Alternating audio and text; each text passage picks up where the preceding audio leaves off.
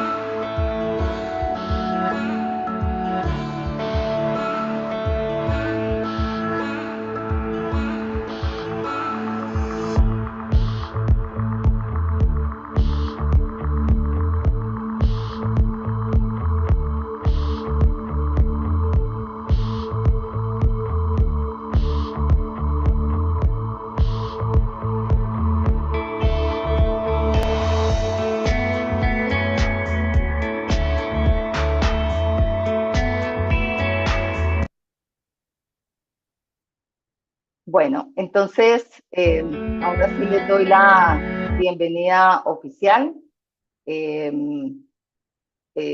a este webinar. Muchas gracias primero por esta excelente nueva edición a nuestro comité editorial que eligieron los artículos que se escribieron, que se presentaron, a nuestra diseñadora, a los asesores en redes sociales, a todos ustedes quienes nos escriben, nos envían notas, nos envían ideas, noticias, también nos envían o nos hacen notar nuestros errores. De verdad que muchas gracias porque de una u otra forma todos contribuyen a que podamos lanzar hacer, estas ediciones de Vive Compliance Magazine.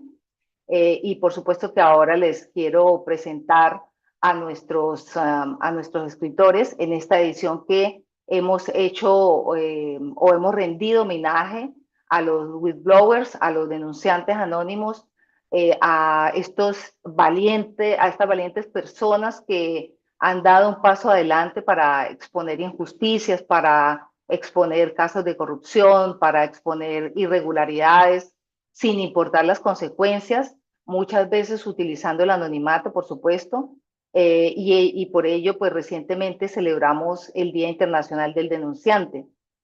Pues gracias a estas personas es que se han sabido o se han descubierto grandes casos de corrupción a nivel mundial, a nivel de Latinoamérica, y por ello pues debemos rendir un homenaje y exponer o impulsar estos cambios trascendentes que traen los denunciantes anónimos para el bienestar de todo el mundo en general, no solamente de la región. Y en este primer artículo, en esta primera presentación, pues en el artículo la meta para 2024 es acabar con el compliance de papel. El doctor Javier Gutiérrez pues subraya la urgencia de automatizar, digitalizar procesos de compliance y no tener una dependencia excesiva en estos sistemas manuales porque aumentan la carga administrativa y además pues aumentan también la posibilidad de errores y de omisiones. El doctor Gutiérrez es economista, es magíster en ciencias económicas, es consultor experto en diseño e implementación de instrumentos y mecanismos de prevención de lavado de activos, financiamiento del terrorismo y de compliance en general, y fue director de la UIAF de Colombia hasta hace un año, hasta hace recientemente. Andrea Mosquera, por su parte, describe la corrupción y la efectividad de la respuesta legal en América Latina y ofrece un análisis profundo sobre los retos que enfrenta la región en la lucha contra la corrupción. Destaca que a pesar de los avances legislativos, la implementación pues sigue siendo un desafío, ¿no? Y lo que se busca es pues fortalecer las instituciones, fomentar una cultura de legalidad y transparencia pues desde la base, ¿no? Andrea es abogada, es magíster en Derecho Internacional, Relaciones Internacionales y Compliance y es máster en Master Compliance Officer de la Universidad Complutense de Madrid. Por su parte, el doctor Javier Puyol nos escribe sobre la vinculación existente entre la ciberseguridad y la inteligencia artificial y remarca en su artículo cómo la inteligencia artificial pues juega un papel fundamental en el ámbito de la ciberseguridad, puesto que se puede utilizar para detectar y prevenir amenazas de manera eficiente y además también para responder automáticamente a incidentes y para aprender, para mejorar continuamente, pero también señala cómo esta inteligencia artificial es utilizada por atacantes para generar amenazas más sofisticadas, amenazas que no habíamos visto hasta hace un tiempo, por lo que es crucial, remarca que pues establecer o asegurar los propios sistemas de inteligencia artificial utilizados en ciberseguridad para que sean robustos y no puedan ser manipulados. El doctor Puyol, pues lo voy a presentar más adelante porque es uno de nuestros expositores hoy en día. Por su parte, en el artículo Protección de los Whistleblowers, en la sentencia de la Corte Interamericana de Derechos Humanos, en el caso Viteri Ungaretti y otros versus la República de Ecuador y su impacto en el compliance, Eric Maldonado hace un excelente análisis sobre esta decisión judicial, sobre hace jurisprudencia, en que refuerza la protección de los denunciantes. Esta sentencia, el análisis que hace esta sentencia, digamos que representa un hito histórico en el reconocimiento del papel trascendental que desempeñan estos denunciantes anónimos, pues para la protección de los derechos fundamentales, entre otros el derecho de la libertad de expresión, el derecho a la libertad personal, sin detenciones arbitrarias y derechos políticos. Remarca que estas medidas pues son esenciales para un entorno en el que pues se puedan reportar irregularidades, se puedan reportar denuncias, se puedan hacer denuncias sin temor a las represalias, pues lo que significa un componente crítico para cualquier sistema de compliance, ya sea a nivel de las organizaciones y de los mismos países, ¿no? de las mismas naciones. Eric Maldonado es cofundador de Proactiva Compliance, presidente del Comité de Gobernanza de las Organizaciones de las Normas ISO de Guatemala, consejero editorial de Vive Compliance y profesor universitario de Derecho y de Compliance. Igualmente, el licenciado Raúl Guisado, que es el vicepresidente de Cumplimiento y Seguridad Corporativa del Banco General de Panamá y también es presidente de la Junta Directiva de la Asociación Bancaria de Panamá, pues comenta en una entrevista que le hicimos desde Vive Compliance Magazine sobre la rebaja de la calificación crediticia realizada por la agencia calificadora Fitch a Panamá, en el que pues por supuesto que alerta sobre las implicaciones de la percepción de riesgo en Panamá y en la región general, y pues señala que la calificación crediticia pues puede afectar la confianza de los inversionistas y también el acceso y el incremento de los costos de los financiamientos tanto a las empresas como a las personas, ¿no? Y por ello pues resalta que es importante mantener sistemas de compliance robustos tanto en las organizaciones como en las distintas normativas. Alberto Guevara, por su parte, que es el gerente general de la casa certificadora CMD Certification, pues destaca cómo la certificación profesional de los oficiales de cumplimiento pues eleva los estándares de competencia y de confianza en los distintos sectores, en las distintas organizaciones, y además destaca que la certificación del oficial de cumplimiento pues asegura que el profesional de compliance de las distintas organizaciones pues no solamente comprenda las regulaciones y aplique las regulaciones, sino que las implemente de forma efectiva, y no solamente la regulación, sino que le dé un aspecto más integral al compliance en la organización. Agustín Luis Biancardi, abogado argentino, pues aborda un tema de gran relevancia. Él lo enfoca en Argentina, pero realmente es en muchos países o en casi todos los países, puesto que analiza la inclusión de los abogados como sujetos obligados para hacer reportes o como sujetos obligados de los sistemas de prevención del lavado de activos y financiamiento del terrorismo, y por ende obligados a hacer reportes a las unidades de inteligencia financiera. Por ello, pues, él analiza de manera destacada la norma del secreto profesional en Argentina, y relata pues que el GAFI en su evaluación a la Argentina pues destacó o solicitó eliminar las disposiciones del secreto profesional, como no solamente el GAFI lo ha hecho en Argentina, sino en todos los países. Eliminar el secreto profesional que impide que los abogados pues entreguen información a las autoridades sobre sus clientes, y por ello pues la Argentina, como la mayoría de los países de la región, pues han llevado a cabo una serie de reformas legislativas en su sistema antilavado para cumplir con esta recomendación del GAFI. Y esto pues por supuesto que no es del gusto o no es de la satisfacción de los abogados en general, porque pues cada vez se implementan mayores requisitos, mayores obligaciones, mayor carga a los abogados que deben cumplir una función distinta a la de su función de representar o de estar de manifiesta interés a su cliente, ¿no? Entonces, él analiza de forma expedita sobre esta norma que no es solamente relevante para Argentina, sino para toda la región en general. Por último, Judith Tunjano, directora de Vive Compliance, escribió sobre las fuentes y métodos de financiamiento del terrorismo, así como los impactos económicos, sociales y políticos que causa este flagelo.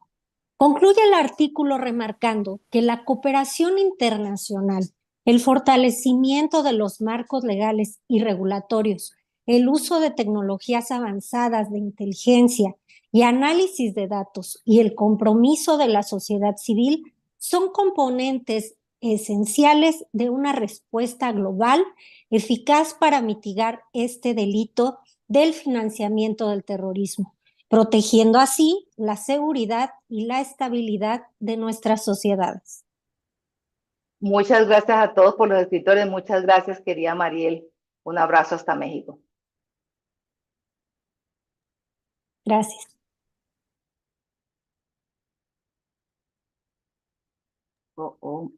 Ahora.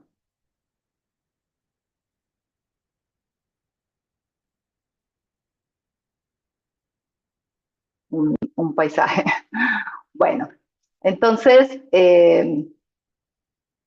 ahora, después de hacer esta breve presentación sobre la revista, vamos a entrar en materia con nuestros expertos invitados, haciendo un breve contexto, digamos, sobre la sostenibilidad y el compliance, que son esenciales en la gestión empresarial moderna, porque la sostenibilidad pues promueve el equilibrio ambiental, el equilibrio económico, eh, eh, el equilibrio que buscan todas las organizaciones y que buscan todos los países en general en sus distintas obligaciones.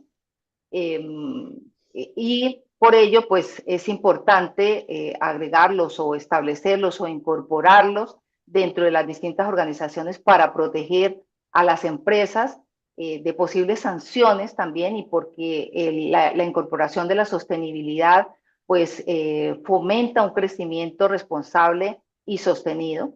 Y por su parte, la inteligencia artificial pues ha ingresado de lleno en el mundo del compliance, en el mundo de todos nosotros en general, ofreciendo nuevas herramientas y soluciones para simplificar nuestras vidas y por supuesto que en el compliance también, pero también no solamente contribuye al oficial de cumplimiento o a las organizaciones para mejorar sus procesos, sino también a la delincuencia en general, que también utiliza la inteligencia artificial para tecnificar sus procedimientos criminales. Y precisamente para hablar de estos dos temas, pues tenemos a dos grandes expertos, a dos especialistas.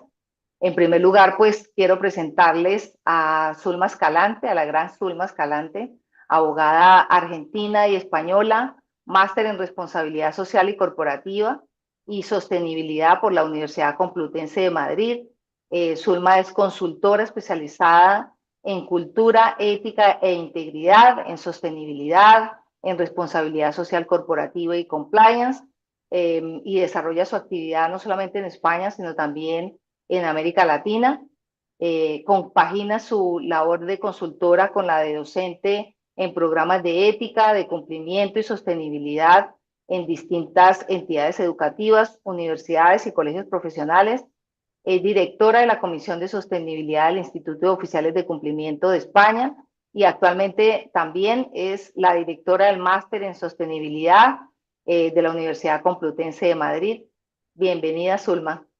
Muchas gracias, Judy. Un placer estar esta tarde con vosotros. Muchas gracias. Pues también tengo el agrado de presentar a otro gran profesional, al doctor Javier Puyol, abogado también, doctor en Derecho, premio extraordinario de doctorado en materia de nuevas tecnologías, miembro de la carrera judicial, magistrado excedente, letrado del Tribunal Constitucional de España, asesor jurídico y de compliance de las más grandes empresas en España. Es consultor nacional e internacional en tecnologías de la información y de la comunicación, de las TICs, colaborador habitual de la Agencia Española de Protección de Datos, de la Autoridad Catalana de Protección de Datos, miembro de la Red Iberoamericana de Protección de Datos, autor del proyecto de ley de la República de Honduras sobre protección de datos personales, miembro del Comité de Compliance de la Real Federación Española de Fútbol. Ha recibido numerosos premios en su vida profesional desde distintos ámbitos y organizaciones, autor de numerosos libros y publicaciones en medios españoles e internacionales, profesor en varias universidades, y acá me podría quedar mucho tiempo más para hacer la presentación del doctor Puyol. Personalmente, para mí de verdad que es una felicidad, una alegría tenerlos a los dos, a Zulma y a Javier en este evento, porque fueron mis profesores en el máster en compliance en la Universidad Complutense de Madrid, y por supuesto que conozco de su calidad no solo como profesionales, sino también como personas, así que muchas gracias a los dos por haber hecho este espacio en sus apretadas agendas para estar hoy con nosotros. Eh, para todos, antes de darle la palabra a Zulma, que va a iniciar su presentación, pues les agradezco que escriban sus preguntas en el chat, y también, o si quieren hablar al final de la sesión, pues pueden levantar la manito y les damos la palabra. Judy, muchas Zulma. gracias. Muchas gracias por tu presentación. Y yo quería aprovechar también para ensalzar no solamente a Zulma, sino también a Judy por la enorme labor que está llevando a cabo en pro del compliance en Iberoamérica. Y yo creo que es de justicia que Zulma y yo reconozcamos abiertamente precisamente esa labor que está teniendo unas consecuencias verdaderamente impagables en todos los territorios iberoamericanos, ¿no?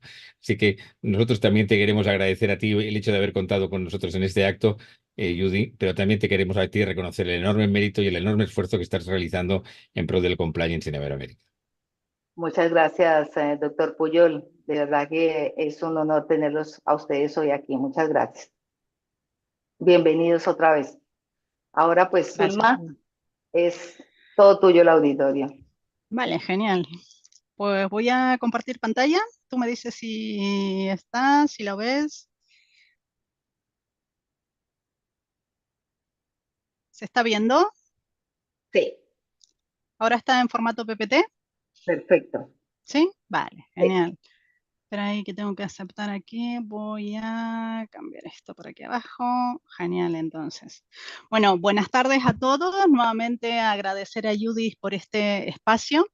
La verdad que a mí voy a hablar justamente de este tema que para mí me apasiona, que es la sostenibilidad.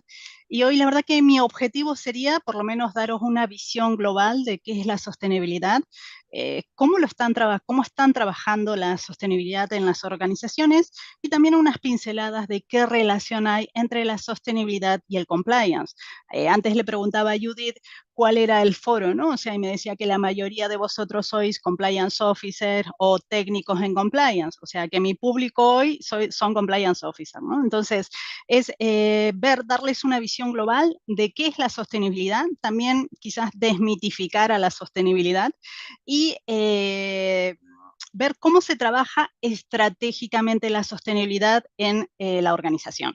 Es muy poco el tiempo que tengo, o sea que os voy a dar una visión global. Como os decía, vamos a ver esto, que es la sostenibilidad, los criterios ESG, que seguro que también lo habéis escuchado hablar en vuestras organizaciones, la relación entre la sostenibilidad y el compliance, cómo se gestiona estratégicamente la sostenibilidad en una organización, qué son los grupos de interés, la gestión de riesgos ESG, qué es esto de la materialidad, y también vamos a ver la importancia, ¿no?, de la comunicación y el reporting.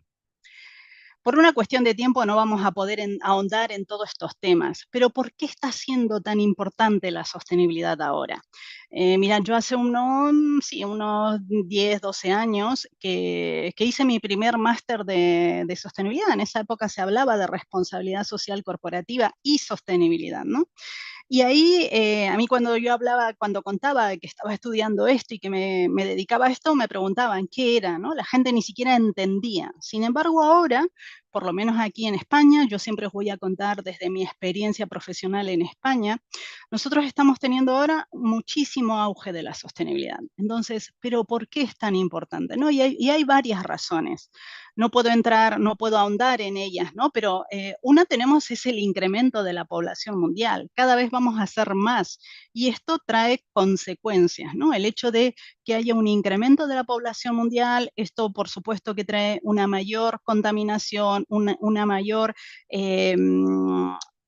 gente que se aglutina, ¿no?, en conos urbanos. Esto trae muchísimas consecuencias también.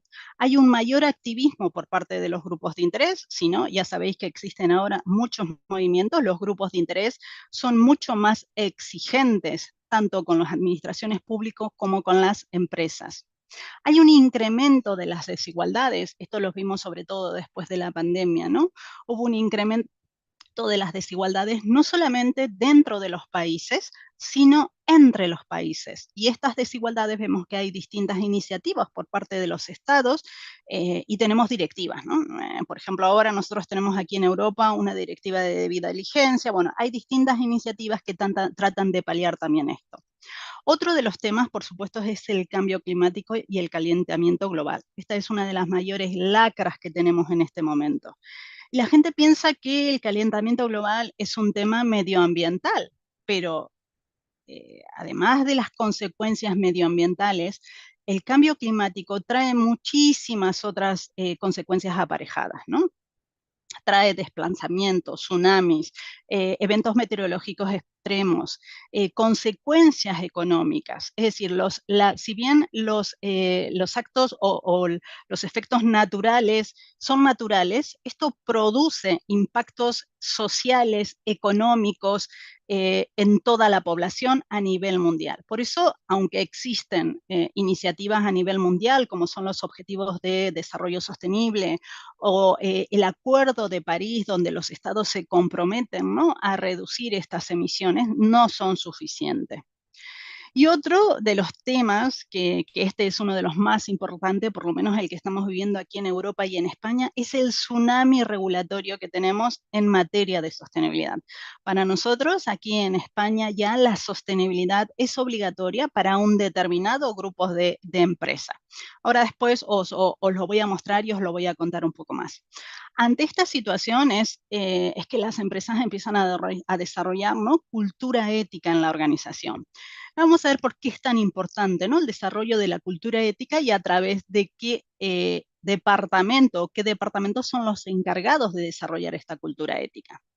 Pero, ¿qué es esto de la ética empresarial, ¿no? La ética empresarial es una rama de la ética aplicada y es el conjunto de valores, de principios y normas que rigen las actividades que desempeña una empresa. Es decir, esa ética la empresa la tiene que definir. Es decir, una empresa tiene que definir cuáles son sus principios, sus valores, su misión, su visión. Es decir, toda esa concepción más filosófica. Y esto luego se va a traducir en patrones conductuales a través de un código de conducta, a través de las distintas políticas. Pero tenemos otro concepto que es la cultura empresarial, ¿no? ¿Y qué es esto de la cultura empresarial? La cultura empresarial justamente es el conjunto de normas, de valores, de creencias, de formas de pensar, de sentir y de actuar que son compartidas y reconocidas por los miembros que componen una organización. La cultura empresarial es lo que hace que una empresa sea esa y no otra. Estoy segura que si os pregunto por empresas que de vuestros distintos países me vais a decir características, ¿no? En la forma de ser, en la forma de tratar al cliente, en los logos, hasta en los distintos edificios que hacen que una empresa tenga una cultura u otra. Pero por eso es tan importante la cultura ética de una organización. Ahora bien, para desarrollar esta cultura ética de compliance y de sostenibilidad, nosotros, bueno, sobre todo vosotros que sois compliance, vais a tener que alinear, ¿no?, la ética individual que tenemos, o sea, los empleados o los terceros también con altos riesgos, con la ética de la compañía. Y además de generar o además de generar esa alineación, también tenemos que generar compromiso. Por eso es tan importante desarrollar una cultura ética en la organización. Ahora vamos a ver cómo, o vamos a dar unas pinceladas de cómo se desarrolla esa cultura ética. Y aquí entra en juego la sostenibilidad, ¿no? La sostenibilidad sobre todo fomenta el desarrollo de esa cultura ética a través de sus principios y valores y afecta a la organización, no solamente a la organización, a sus grupos de interés, produce impactos positivos en su entorno económico, social y sobre todo porque a través de la sostenibilidad es cuando la organización asume compromisos voluntarios, ¿no? Y luego va produciendo impactos positivos en sus distintos entornos. Como os decía, esa cultura ética hay que definirla, hay que desplegarla, hay que evaluarla y aplicarle mejora continua. Y aquí entran en juego estas dos áreas, las áreas de sostenibilidad y de compliance. ¿Por qué? Porque son los dos departamentos que se van a encargar de desarrollar esta cultura ética. Vosotros, como compliance officer, sois los guardianes, ¿no?, de la ética y la integridad. Nosotros, a través de la sostenibilidad, vamos a desarrollar siempre estos planes estratégicos, vamos a trabajar en las dimensiones de gobernanza, los temas sociales y los temas ambientales. Fijaros, traigo aquí, os hice muy resumido, ¿no?, para que veáis un poco ya la relación que existe entre compliance y sostenibilidad. Esto ya os digo, muy resumido, lo que sería un sistema de compliance. En primer lugar, siempre en un sistema de compliance es clave que haya un liderazgo, ¿no? El tono ético de una organización lo determinan los líderes. Por eso aquí os pongo en primer lugar el liderazgo. Normalmente una organización que tiene ya un sistema de compliance maduro, en primer lugar, puede definir un comité de ética, va a definir una dirección de compliance. Luego hay que hacer un análisis interno y externo, hay que dictar un código de conducta o actualizarlo si ya se tiene, hay que establecer un régimen disciplinario, unas políticas de primero o de segundo nivel, es decir, tenemos que tener ese cuerpo normativo interno de la organización. Es necesario hacer un análisis de detección y priorización de riesgos, luego establecer nuestro modelo de prevención de delitos y establecer los controles. Por otro lado, tenemos que integrar, ¿no?, ese modelo de prevención, lo tenemos que integrar en todas las operaciones y sistemas de la organización. También es necesario establecer un canal de denuncia, un canal ético. Y fijaros, y aquí hay un punto, tenemos que desarrollar una cultura ética. Dos de las herramientas más importantes para desarrollar esa cultura ética es la comunicación y la formación.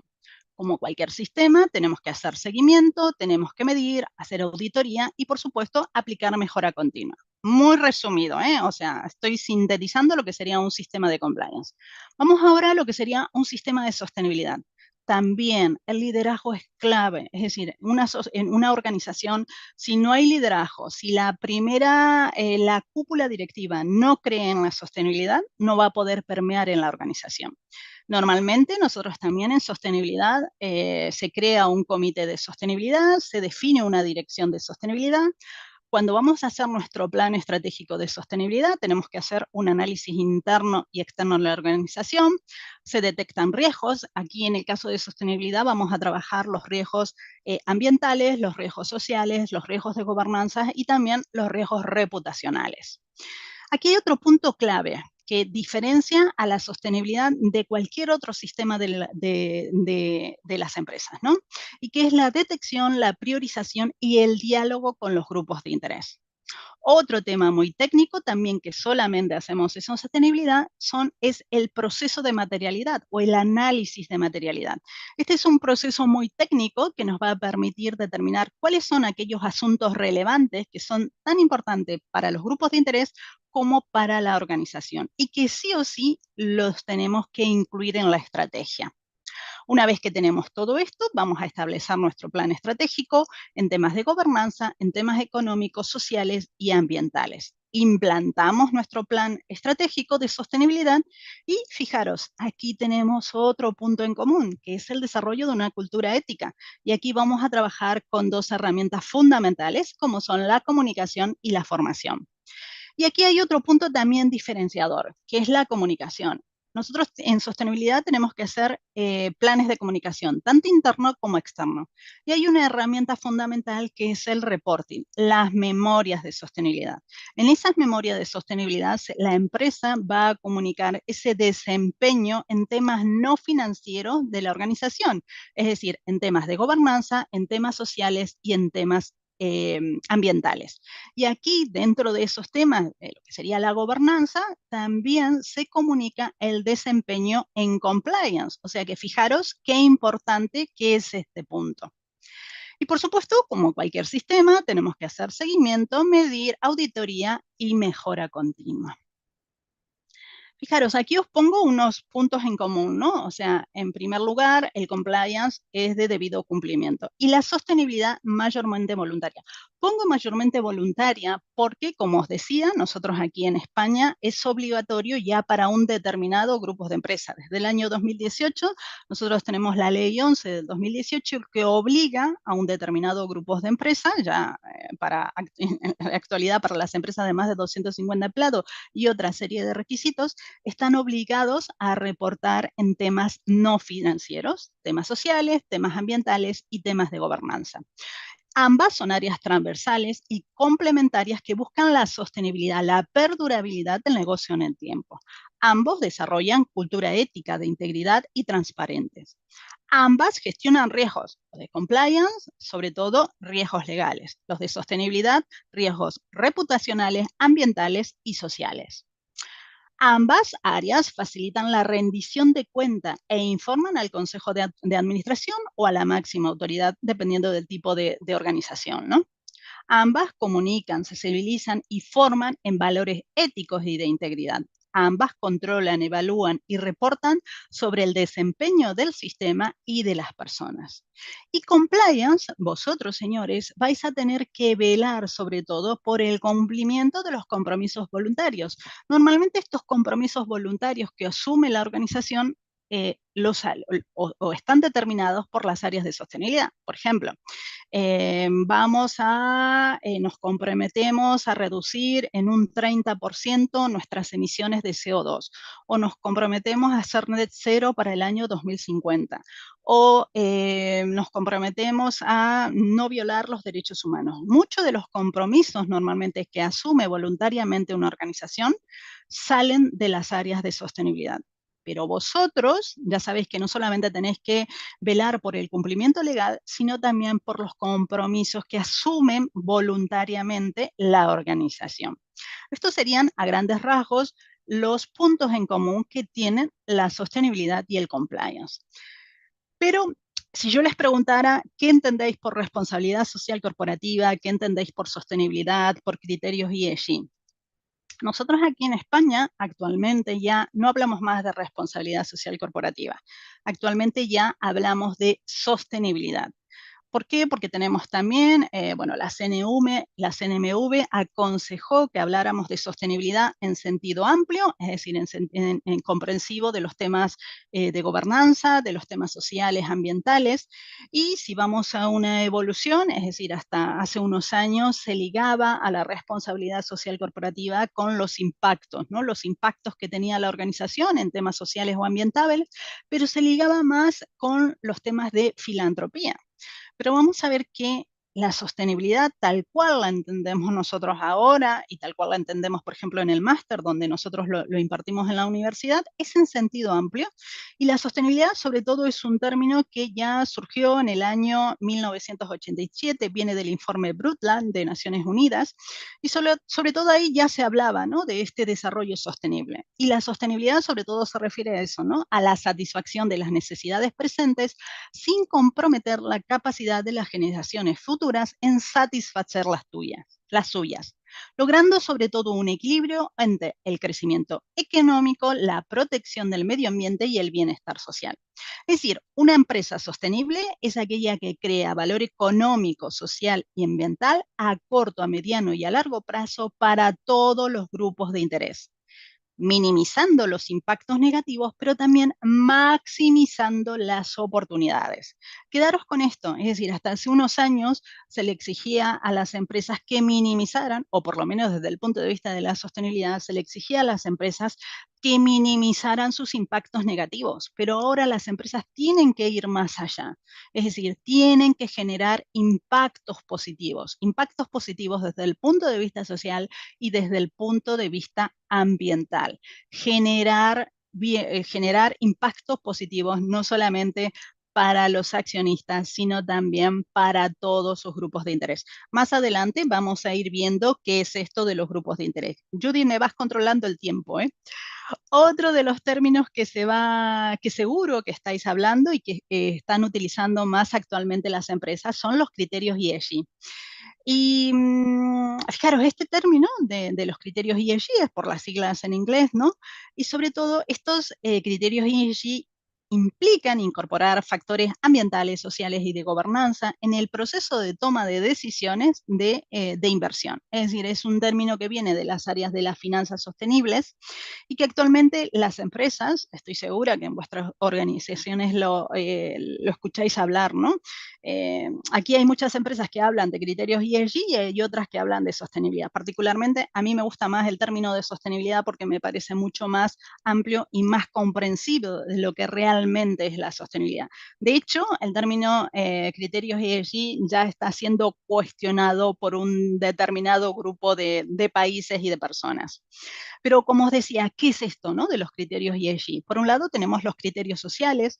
Los criterios sociales, la S, se refieren sobre todo al impacto de la acción de la organización en relación a las personas y a la sociedad, tanto a nivel interno, es decir, los impactos que podemos tener en los empleados, en los subcontratados, como en el externo, como pueden ser los proveedores, los clientes, la sociedad en general.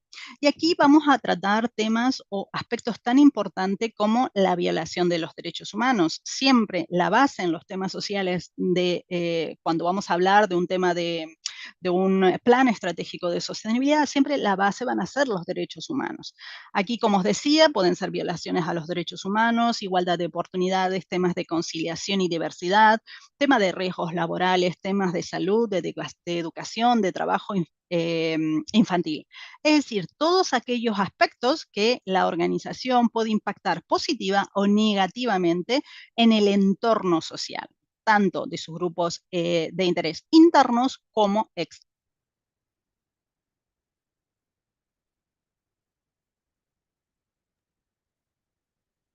Zulma, te dejamos de escuchar.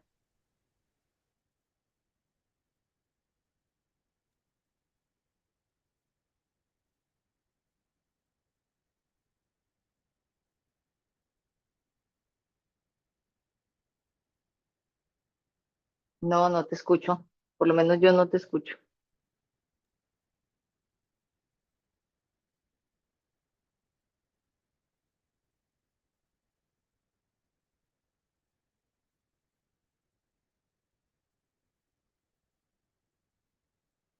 No, no te estamos escuchando.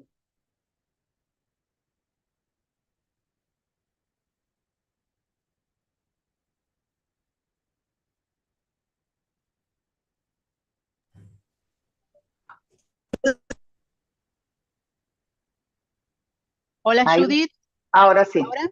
ya Ah, volviste. es que, ¿desde dónde? No sé, yo iba ahí muy embalada, no sé desde Sí, dónde me dejaste de escuchar. ya sé.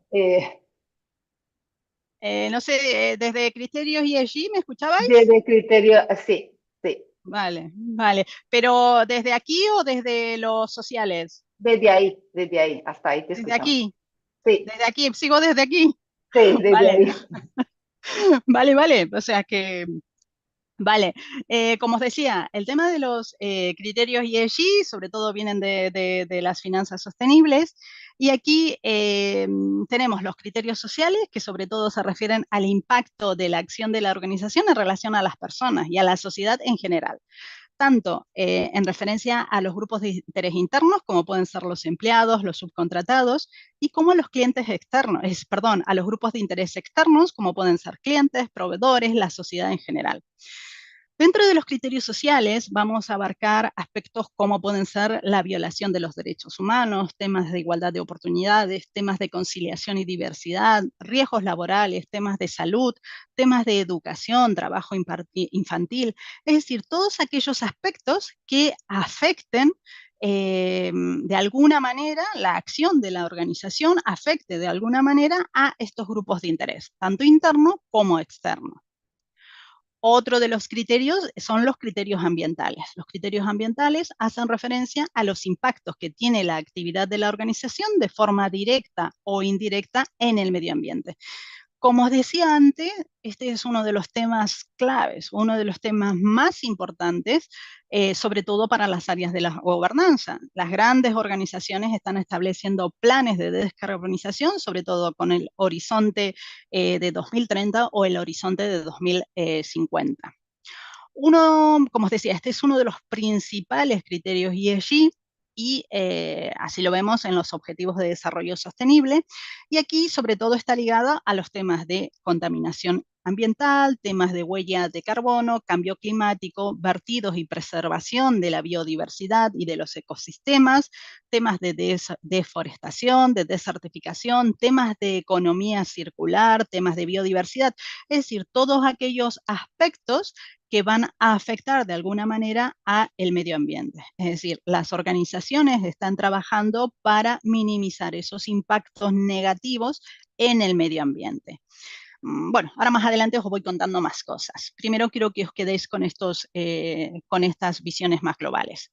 Por otro lado, tenemos el criterio de buen gobierno, que va a aludir al gobierno corporativo de la organización, a la gestión en general de la empresa, y se tendrán en cuenta factores sobre todo a la independencia, a la composición de los órganos de gobierno, a la reducción de la brecha salarial, por ejemplo, entre hombres y mujeres, la presencia de mujeres en cargos directivos. Nosotros aquí, por ejemplo, tenemos una ley que nos obliga, ¿no? Tenemos una ley de cuota que un determinado porcentaje tienen que componer, ¿no? Estos órganos de gobierno de las grandes organizaciones.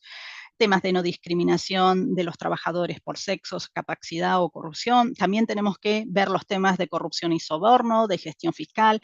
El compliance entraría dentro de estos criterios de buen gobierno. Es decir, todos estos aspectos serían los que nosotros tenemos que considerar a la hora de hacer nuestro plan estratégico de sostenibilidad.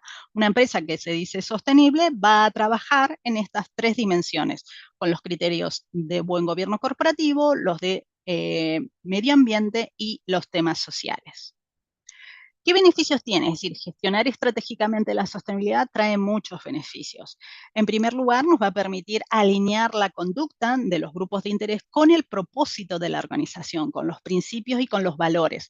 Es decir, va a haber una identificación. ¿Os acordáis que al principio os decía que nosotros vamos a tener, vosotros como compliance officer, tenéis un gran reto, que es alinear, ¿no?, esa cultura individual con la cultura ética de la organización? Si nosotros trabajamos con nuestros modelos de compliance y con los temas de sostenibilidad, nos va a permitir una mayor alineación.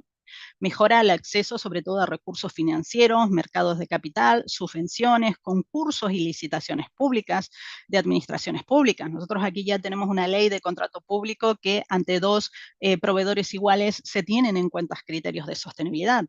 Nos va a permitir, si nosotros aplicamos modelos de compliance y de sostenibilidad, vamos a evitar multa, vamos a evitar sanciones, vamos a optimizar procesos y eso nos va a permitir, por supuesto, un ahorro en coste.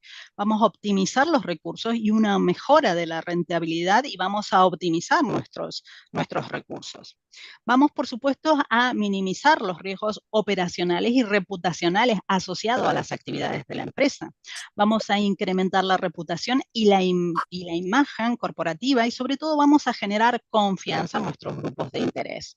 Va a traer innovación, la sostenibilidad es innovación en sí misma que crea nuevas oportunidades de negocio. Vamos a atraer y retener al talento, va a facilitar la contratación de terceros, disminuyendo sobre todo el riesgo en la cadena de suministro.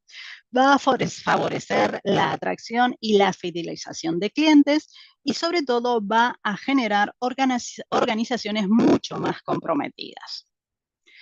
Aquí os traigo solamente, como os decía, uno de los principales retos que tenemos en este momento las empresas aquí en España y en toda Europa, es el tsunami regulatorio. Las empresas están teniendo muchísima regulación en tema de sostenibilidad. Aquí os pongo solamente algunos ejemplos.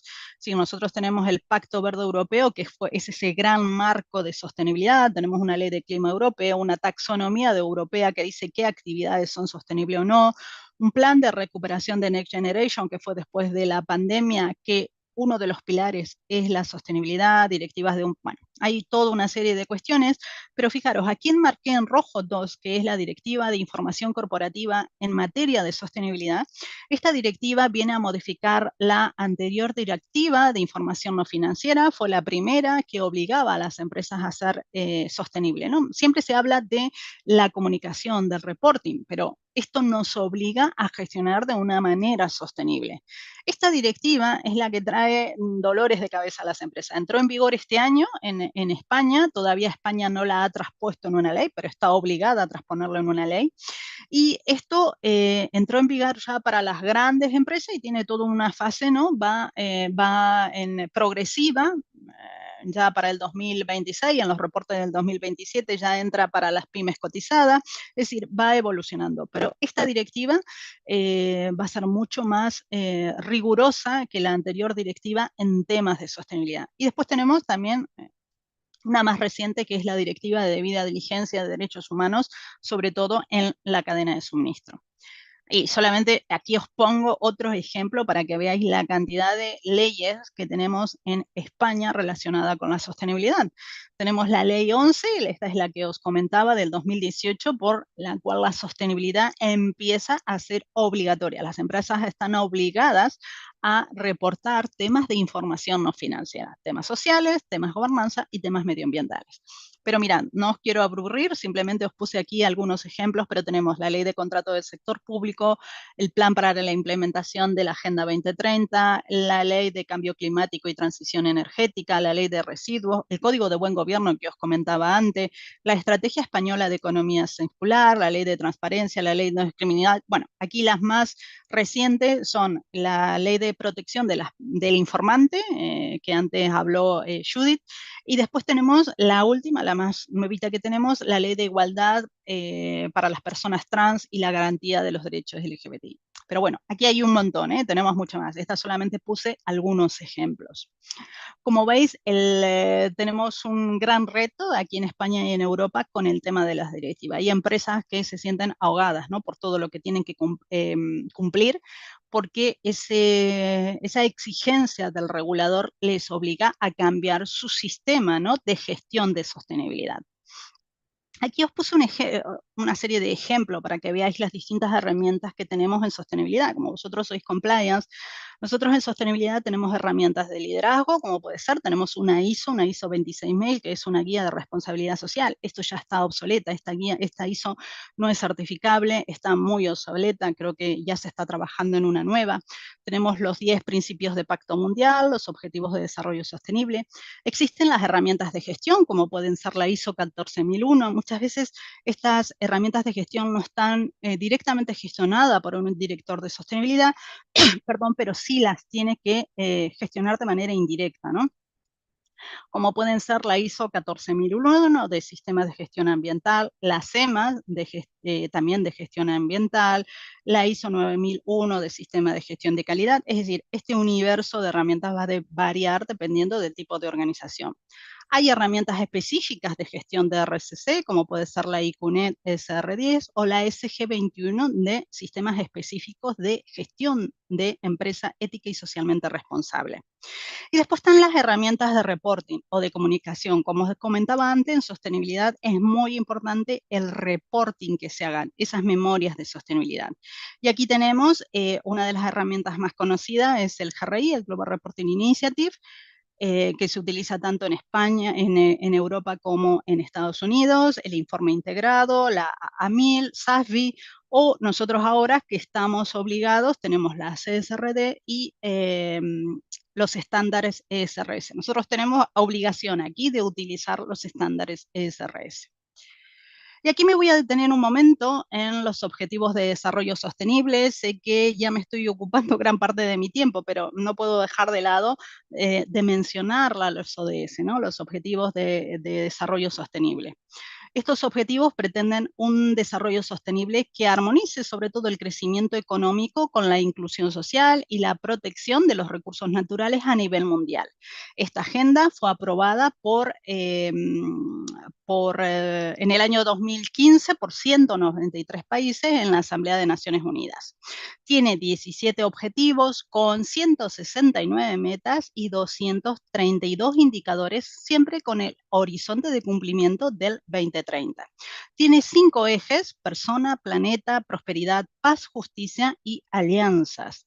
Requiere la participación activa de todos, de los estados, de las empresas, del sector universitario y de nosotros también como particulares. Es decir, y aquí las empresas fueron por delante de los estados. Las empresas empezaron a reportar antes su contribución a los objetivos de desarrollo sostenible y percibe la finalidad de transformar la economía, los mercados, la forma de consumir y la forma de producir para que sean más sostenibles y sobre todo lo que se busca es una inclusión, ¿no?, de aquellos sectores más desfavorecidos. Trata de desafíos globales como la pobreza, la desigualdad, el clima, la degradación ambiental, la prosperidad, la paz y la justicia. España dictó su plan, en nuestro caso, para la implantación de la Agenda 30 en junio del 2018. Como os decía, aquí tenemos 5 ejes que por una cuestión de tiempo no podemos entrar a detallarlos, pero sí, fijaros, aquí quiero que tengáis en cuenta el ODS 16. ¿Por qué? Porque el ODS 16, señores, es vuestro ODS, es el ODS de los compliance. ¿Por qué? Porque el ODS 16 habla justamente de paz, justicia e instituciones sólidas. Este ODS lo que busca sobre todo es facilitar el acceso a la justicia y promover sociedades pacíficas e inclusivas. Lo que busca también es crear instituciones eficientes, transparentes y que rindan cuentas. Y lo más importante, este ODS lo que busca es combatir la corrupción, el soborno en todas sus formas y luchar contra el fraude fiscal. Garantizar el acceso público a la información y sobre todo proteger las libertades fundamentales. Decidme si esto no está relacionado con lo que vosotros hacéis diariamente, ¿no? Cuando vosotros desarrolláis un sistema de compliance sólido, que lo medís, que lo actualizás año a año, estáis contribuyendo al ODS 16. Y siempre lo digo, fijaros, normalmente las empresas reportan, esto es un recorte de la memoria de sostenibilidad de Iberdrola. Iberdrola es la primera energética de España y creo que es la cuarta a nivel mundial. Iberdrola va reportando, ¿no?, su contribución a los ODS, pone el objetivo, la métrica, el porcentaje que va cumpliendo año a año y el ODS. Y Iberdrola, por ejemplo, reporta el 16. Es decir, las empresas van reportando en su memoria qué contribución hace a cada uno de los ODS.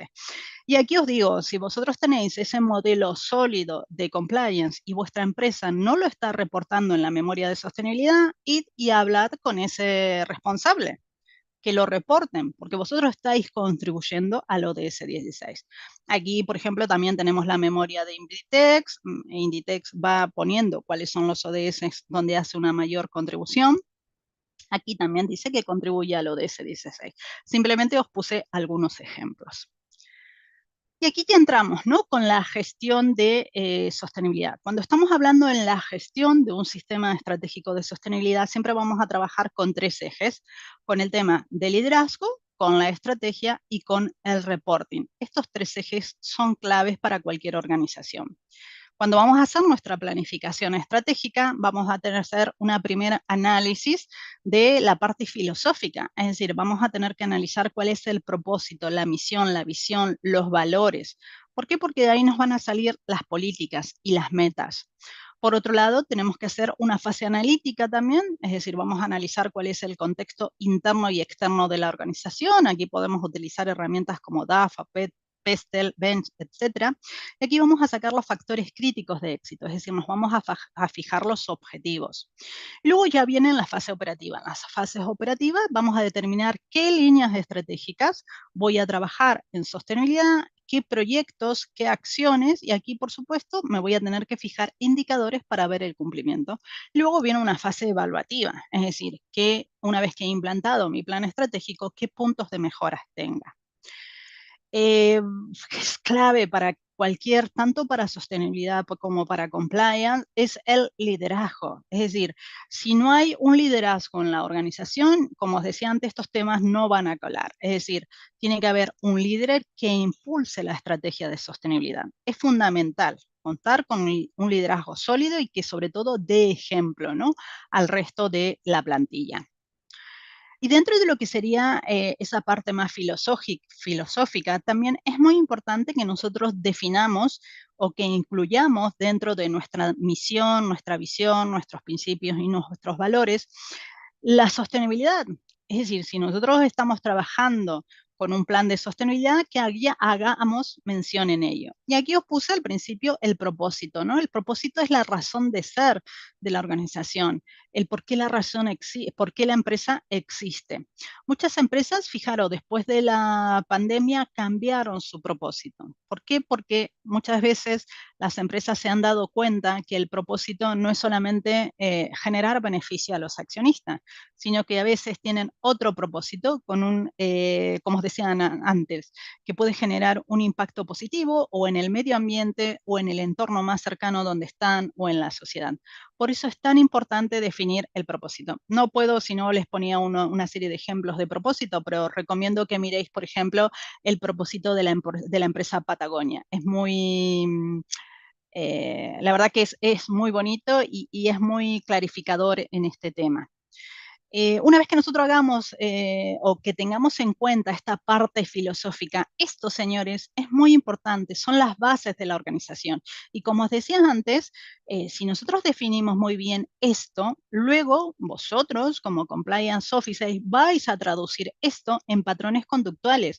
Esos patrones conductuales tienen que estar incluidos, por supuesto, primero dentro de lo que sería la carta magna de una empresa, que es el código de conducta, y después en las políticas. Por eso es tan importante que definamos muy bien el propósito, la misión, la visión y los principios y los valores de la organización, sobre todo los valores éticos. Vamos a otro punto muy importante también en sostenibilidad, que es la gestión de los riesgos ESG. Y aquí, cuando hablamos de riesgos ESG, vosotros que sois compliance officer, por supuesto que sabéis, el riesgo es el efecto de la incertidumbre en la consecución de los objetivos. ¿Qué entendemos por riesgo ESG? Entendemos por riesgo cualquier evento, ¿no?, que pueda impactar negativamente en el logro de los objetivos operativos a corto plazo o estratégicos cuando son a largo plazo. Los riesgos ESG son los riesgos no financieros que están relacionados con la sostenibilidad de la organización. Estos riesgos mal gestionados pueden generar un impacto muy negativo desde el punto de vista reputacional, social, económico o ambiental. Y conocer los riesgos en sostenibilidad nos va a servir para anticipar la toma de decisiones antes de que se materialicen y sobre todo convertirlos en oportunidades y hacer mucho más resiliente a la empresa, ¿no? Aquí os pongo algunos ejemplos de riesgos ESG. Por ejemplo, sería el incumplimiento normativo en la composición del órgano del gobierno corporativo. Ya os digo, aquí nosotros estamos obligados a una cuota femenina. Otros riesgos podrían ser la remuneración de los consejeros, las faltas de políticas de igualdad, la falta de un sistema de compliance. Otros riesgos dentro del ámbito ambiental sería, por ejemplo, la falta de lucha contra el cambio climático, temas de contaminación, atentados a la biodiversidad, incumplimiento de las normativas ambientales. Otros podrían ser violaciones a los derechos humanos, atentados a la salud y seguridad, falta de políticas de igualdad o de biodiversidad, violaciones a la gestión sostenible de la cadena de proveedores. La mayoría de las empresas aquí en España suelen utilizar metodología COSO, ¿no? para la gestión de estos riesgos ESG. En primer lugar, tenemos que establecer un marco de gobierno adecuado para la gestión de estos riesgos ESG, analizar cómo ese contexto interno y externo, ya sea a corto, a mediano o a largo plazo, pueden afectar a la estrategia y también al riesgo. Luego, el Consejo de Administración o la máxima autoridad deben fijar cuál es su apetito al riesgo. En cuarto lugar, tenemos que identificar cuáles son esos riesgos que nos impiden la consecución de estos objetivos empresariales. Tenemos que identificar muy bien cuál es la causa raíz de estos riesgos. Aquí se pueden utilizar, hay distintas metodologías para poder detectarlo, ¿no? Luego, para poder priorizarlo y poder mitigarlos y poder trabajar esos riesgos, tenemos que evaluarlo, ¿no? Lo más clásico aquí es que trabajemos por impacto o por probabilidad y que trabajamos con estas matrices, ¿no? De semáforo. Bueno, hay distintas metodologías. Una vez que tenemos identificado ese nivel, que hayamos hecho una evaluación del riesgo, vamos a darle una respuesta. Aquí tenemos distintas estrategias para responder al riesgo, ¿no? O bien podemos desligarnos cuando el riesgo no lo podemos soportar, por ejemplo, vender una línea de negocio, podemos compartir ese riesgo contratando un seguro o contratando a especialistas. Es decir, hay muchas formas de gestionar estos riesgos en sostenibilidad. Tenemos que hacer un monitoreo continuo del riesgo y, como cualquier otro sistema, tenemos que comunicar siempre y reportar a nuestros diferentes grupos de interés. Ahora viene otro tema que es clave, como os decía antes, que son los grupos de interés. Los grupos de interés, según los estándares ESR, estos flamantes estándares que os comentaba antes, considera a los stakeholders o grupos de interés como personas o grupos de personas que se ven afectados o pueden verse afectadas por las decisiones o las acciones de las empresas. Y distingue dos categorías: los afectados, es decir, que serían aquellas personas o grupos de personas que pueden verse afectados, ya sean positiva o negativamente, por las actividades de la empresa. Y aquí entrarían, por ejemplo, la sociedad civil, las comunidades locales, las ONG, los empleados, los proveedores, entre otros. Y después también esta directiva habla de los usuarios de la información sobre sostenibilidad. Es decir, y aquí entrarían los inversores, los financiadores, los socios de negocio, los gestores de créditos, las empresas de seguro. Hasta hace muy poco se consideraban, ¿no?, los grupos de interés en general, pero esta directiva ya nos hace esta distinción, ¿no?, entre los grupos de interés en general y los usuarios de la información de las memorias de sostenibilidad. Fijaros ya la importancia que están teniendo las memorias de sostenibilidad. Aquí os dejo, estos son los grupos de interés más clásicos, pero cada empresa, aunque sean del mismo sector, pueden tener ecosistemas distintos de grupos de interés. Como grupos de interés internos pueden ser los propietarios, los accionistas, los inversores, la dirección, los trabajadores, el comité de empresa. Dentro de los grupos de interés externos podemos hablar de la sociedad, de los clientes, de los consumidores, de los proveedores, de los usuarios, de la competencia, el tercer sector, los administradores, el regulador, etcétera, etcétera. Os he puesto aquí el medio ambiente porque muchas veces se discute, ¿no?, si el medio ambiente es o no un grupo de interés. Los grupos de interés tenemos que gestionarlos. Ya os dije, este es el punto que distingue a la sostenibilidad de cualquier otro sistema, ¿no? Nosotros tenemos, en primer lugar, que detectar nuestros grupos de interés, priorizar a nuestros grupos de interés. Tenemos que hacer un mapa de nuestros grupos de relación. Cuanto más trabajemos a nuestros grupos de interés, más los vamos a conocer, más vamos a conocer sus requisitos y expectativas y mejor respuesta le vamos a poder dar. Una vez que lo tengamos detectados y priorizados, tenemos que establecer un modelo de relación, es decir, cómo me voy a comunicar con ellos, definir qué canales y escucharlos, ¿no? Diseñar ese modelo de relación.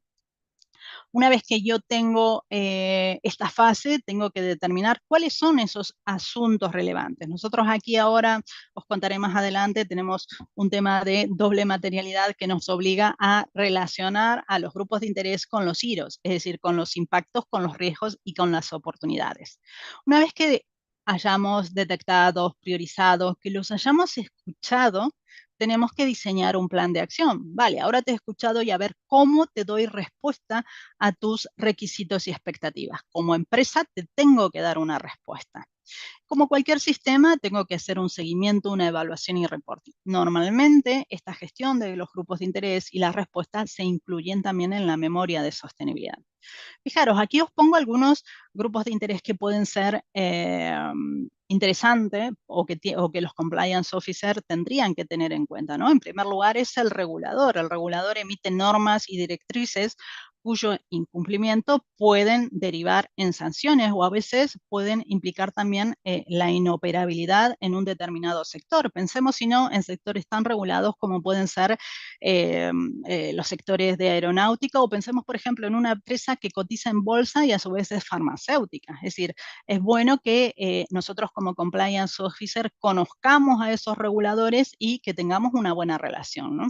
Hay otras autoridades, como pueden ser las autoridades tributarias, las autoridades sociolaborales. Es decir, hoy en día muy pocas actividades empresariales escapan a las autoridades tributarias. En la medida en que nosotros conozcamos a este grupo de interés, nos vamos a poder ir adelantando a esas futuras exigencias, ya sean directrices que puedan emanar de estos órganos.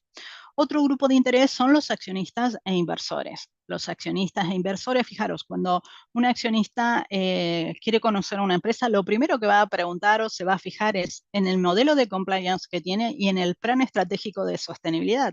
Y aquí existe una figura que son los proxy advisors, que son los que recomiendan el sentido de voto a los accionistas. Aquí sería importante que el compliance officer se lleve bien con estos proxy advisors y sobre todo que genere confianza en el modelo de compliance que ha desarrollado.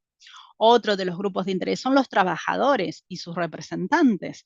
Es decir, el diálogo con los trabajadores o con los sindicatos va a permitir, sobre todo, va a legitimar el modelo de compliance y va a añadir valor, ¿no?, a ese sistema de compliance que hayáis desarrollado.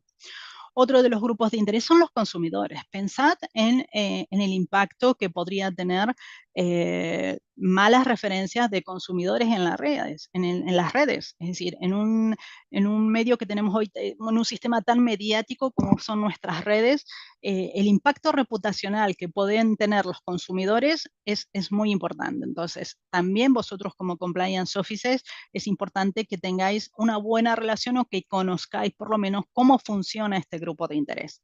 Por último, los proveedores. Pensad, dependiendo de qué tipo de industria, el mayor riesgo de una organización puede estar en su cadena de proveedores. Pensemos, si no sé, yo estoy pensando ahora en una empresa que tenga el corporativo aquí, su cadena de producción, por decirlo, en China o en Marruecos, donde quizás la legislación laboral es mucho más laxa. su mayor riesgo puede estar en esa cadena de proveedores. Entonces, vosotros como Compliance Officer no vais a gestionar de manera directa los grupos de interés, pero sí tenéis que tener conocimiento y control de estos grupos de interés. Conocer los grupos de interés le va a permitir al Compliance Officer reducir los riesgos, es decir, al detectar los riesgos asociados a determinados directivos, socios o proveedores, adaptar el plan de formación, adaptar mejor el plan de comunicación en compliance, establecer controles más certeros y sobre todo, en definitiva, lo que va a permitir es aplicar políticas y controles mucho más efectivos que generen confianza. Es decir, vamos a poder adaptar mejor nuestro sistema de compliance. Como os decía, las empresas también reportan sobre sus grupos de interés. Aquí, por ejemplo, esto les traje aquí, un ejemplo de Acciona, una de las grandes del IBEX de aquí de España. Acciona habla de sus grupos de interés, el modo de comunicación y los temas destratados, los temas relevantes. Esta es Aeroméxico, una empresa, la empresa aeronáutica de México, también describe cuáles son sus grupos de interés, el compromiso que tiene y el canal de comunicación. Iberdrola me gusta mucho, no solamente describe cuáles son sus... esta información es todo público, vosotros podéis entrar en las memorias de sostenibilidad de las empresas e ir viendo, ¿no?, cómo ellas van reportando cuál es su sistema de su gestión de sus distintos grupos de interés. Iberdrola no solamente define cuáles son sus grupos de interés, sino que determina o menciona de manera muy detallada cuál es su modelo de relación. Simplemente para que veáis que las empresas esto lo comunican en sus memorias de sostenibilidad. Ahora vamos a otro tema que ya sé que suena un poco raro, es un tema muy técnico, simplemente quiero que os quedéis un poco con el concepto, no voy a entrar en detalle porque ya os digo, es un tema hasta muy técnico para nosotros, ¿no?, los especialistas en sostenibilidad. Pero si tenéis alguna reunión y os hablan con el director de sostenibilidad y os hablan de materialidad, por lo menos que sepáis qué es esto, ¿no? La materialidad es el proceso de identificación y priorización de los temas de sostenibilidad con mayor relevancia e impacto, tanto para la empresa como para los grupos de interés. Y aquí, como ya os digo, es un proceso muy técnico que no voy a entrar en detalle, sino simplemente os voy a decir por qué es importante esta materialidad, ¿no? La materialidad, en primer lugar, es fundamental para la definición de la estrategia. Cuando yo voy a hacer mi plan de sostenibilidad, hay temas que son básicos o estratégicos, básicos para poder desarrollar esa estrategia, que son mis grupos de interés, los riesgos y la materialidad. También la materialidad me va a servir para el reporting, ¿no?, porque me va a permitir enfocar el reporting, esas memorias de sostenibilidad. Es decir, yo escuché a mis grupos de interés, te di respuesta a través de la estrategia y ahora te comunico cuál es el desempeño de mi empresa a través de las memorias de sostenibilidad. Me va a permitir un mayor engagement con los grupos de interés, va a generar, vamos a crear un mayor valor para nuestros distintos grupos de interés. Nos va a permitir gestionar mejor nuestros riesgos, mitigar mejor estos riesgos, va a determinar mayores oportunidades. En la medida en que yo haga un buen análisis de materialidad, me va a permitir adelantarme a la competencia y poder generar nuevos productos o servicios para mis clientes. Por otro lado, también va a permitir una mayor eficiencia de la empresa. Ya era complicado este tema de la materialidad, que digo, ya no voy a entrar en temas tan técnicos, que viene ahora la directiva, la CSRD, la 2469, y nos habla de doble materialidad. ¿Y qué es esto de la doble materialidad? La doble materialidad, sobre todo, distingue, ¿no?, entre la materialidad de impacto y la materialidad financiera. La materialidad de impacto hace referencia al efecto que la empresa tiene o podría tener en el entorno ambiental y las personas. Es decir, hace referencia sobre todo al impacto que puede tener la empresa desde dentro hacia afuera. Esos impactos pueden ser reales o potenciales, negativos o positivos, a corto o mediano plazo, etcétera, etcétera. Es decir, la materialidad de impacto, sobre todo lo que se centra es en la relación con los distintos grupos de interés. Lo que busca es el engagement, ¿no?, con los distintos grupos de interés. Y la materialidad financiera hace referencia al efecto que el entorno tiene o podría tener en el valor económico de la empresa. Es decir, un asunto es material desde la perspectiva económica financiera si provoca efectos financieros importantes o significativos en la empresa. Es decir, si genera riesgos u oportunidades que influyan o puedan influir en los activos, en los pasivos o en los flujos de caja presentes o futuros. Es decir, esta materialidad financiera es útil para los accionistas, para los inversores, para las aseguradoras. Como veis, ya os digo, esto, sobre todo este tema de la doble materialidad, la verdad que está trayendo unos dolores de cabeza tremendo a las empresas, porque sobre todo las grandes empresas tienen que ya estar trabajando en este año 2026 para reportar en sus memorias del 2027. Pero quedaros con esto, que la materialidad es la detección, es decir, cuáles son aquellos temas que son relevantes o importantes para los grupos de interés y también son relevantes para la organización, y que sí o sí lo tenemos que incluir en la estrategia. Las empresas, esa materialidad, después de hacer todo ese proceso técnico, lo incluyen en matrices, ¿no? Fijaros, suele haber un cuadrante de grupos de interés y la importancia, por ejemplo, aquí les puse un ejemplo de Cemex, ¿no? Y este cuadrante es el más importante y normalmente, así ya hace unos 5 o 6 años, siempre los temas de compliance salían aquí, en los primeros puestos. Ahora ya están bajando, pero siempre vosotros estáis en los 10 primeros temas, siempre salen como los temas materiales o los temas más importantes para la empresa, son los temas de compliance. Fijaros aquí, por ejemplo, para Cemex, en el puesto 9 está ética y cumplimiento. Aquí, dependiendo del tipo de organización, los temas materiales van a ser unos u otros. Iberdrola, por ejemplo, está desde el 2022, el año pasado ya intentó reportar, se quería adelantar, intentó reportar con esta doble materialidad y distinguir, ¿no? Pero fijaros, dentro de lo que serían la dimensión de gobernanza está ética e integridad. Aquí estaríais vosotros, transparencias políticas públicas, pero aquí en ética e integridad esto es compliance. Acciona, bueno, esta es otra de las grandes también empresas españolas, ellos aquí hablan de doble materialidad. Y también por el tipo de negocio, ellos están más orientados a temas ambientales, pero fijaros, en el G1 hablan de conducta empresarial. Aquí estaría compliance también.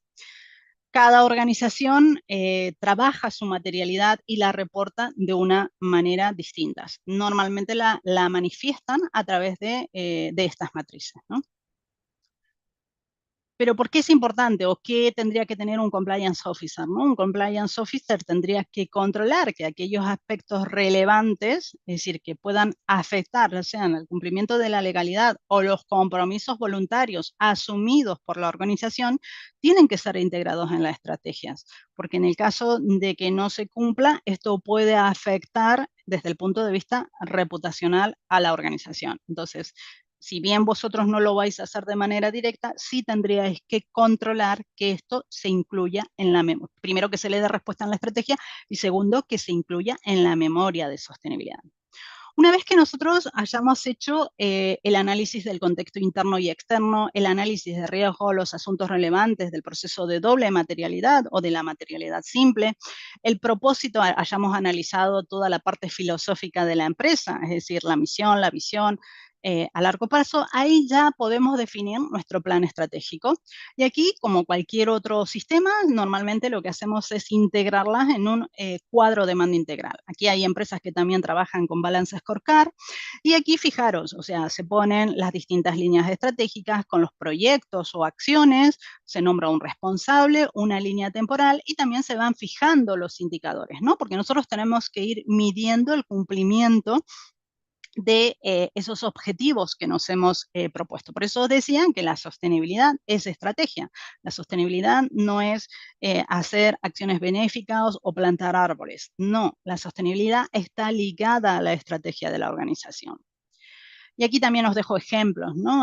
Acciona, por ejemplo, menciona en su memoria de sostenibilidad del 2022, habla de 4 ejes, de persona, planeta, liderazgo exponencial e integrar para transformar. Y ellos aquí van diciendo, ¿no? Van informando de las palancas y los avances que tienen, los porcentajes que tienen. Esto es como realmente tendrían que ir informando una empresa, una vez que hace público su plan estratégico de sostenibilidad, cómo va cumpliendo, ¿no?, con esos objetivos que se ha propuesto. Una vez que hemos implantado anualmente, ¿qué hacemos? Comunicamos, tanto interna como externamente. Hay que hacer planes de comunicación internos y externos, pero hay una fase importantísima que os decía antes, que son las memorias de sostenibilidad, el reporting. El reporting permite sobre todo la comparación del desempeño de la organización en el tiempo, es decir, de un año a otro, es decir, nos va a permitir constatar la evolución, el desempeño de la empresa en temas no financieros, en temas de sostenibilidad. Va a mejorar la relación y el feedback con los distintos grupos de interés, va a ser un factor competitivo y diferenciador de la empresa y va a dar seguridad también al cumplimiento de los requisitos legales en materia de sostenibilidad. Ya os digo, nosotros aquí estamos obligados, un determinado grupo de empresas está obligado a reportar en temas de sostenibilidad y acorde a una serie de distintos estándares que hablan de temas ambientales, temas sociales y temas de gobernanza. ¿Y esto qué va a hacer? Esto va a incrementar la reputación y la imagen de la compañía. Y esto se plasma, ya os digo, en memorias de sostenibilidad. Aquí os dejo las portadas, ¿no?, de algunas de las memorias de sostenibilidad. Bueno, y con esto sé que es mucha información, os dejo aquí una viñeta de mi paisana Mafalda que dice: sonamos muchachos, resulta que si uno no se apura a cambiar el mundo, después es el mundo el que lo cambia a uno. Os animo a que generemos a través del compliance y de la sostenibilidad organizaciones mucho más éticas, más respetuosas del entorno económico, social y ambiental. Tenemos mucho por hacer y si trabajamos de la mano estas dos áreas, seguro que lo logramos. Así que os animo a ello. Pues Zulma, de verdad que muchas gracias por esta brillante exposición. De verdad que escucharte, además de sorprendernos, digamos, por la cantidad de cambios que se están dando en la normativa española, en la normativa europea, que por supuesto que lo vemos de lejos en este momento, pero que seguramente nos va a llegar, pero que además de que nos va a llegar y que en algún momento todos nuestros países vamos a tener la obligación de incorporar ese cumplimiento dentro del programa de compliance, también me impresiona o nos impresiona todo, digamos, lo que están ya haciendo y lo que hace falta todavía, ¿no? Por más de que se está haciendo, vemos el impacto del cambio climático, ya lo estamos viendo acá, por ejemplo, en Panamá. Ya se dio la movilización de una gran población de una isla que desafortunadamente ya el cambio climático la inundó.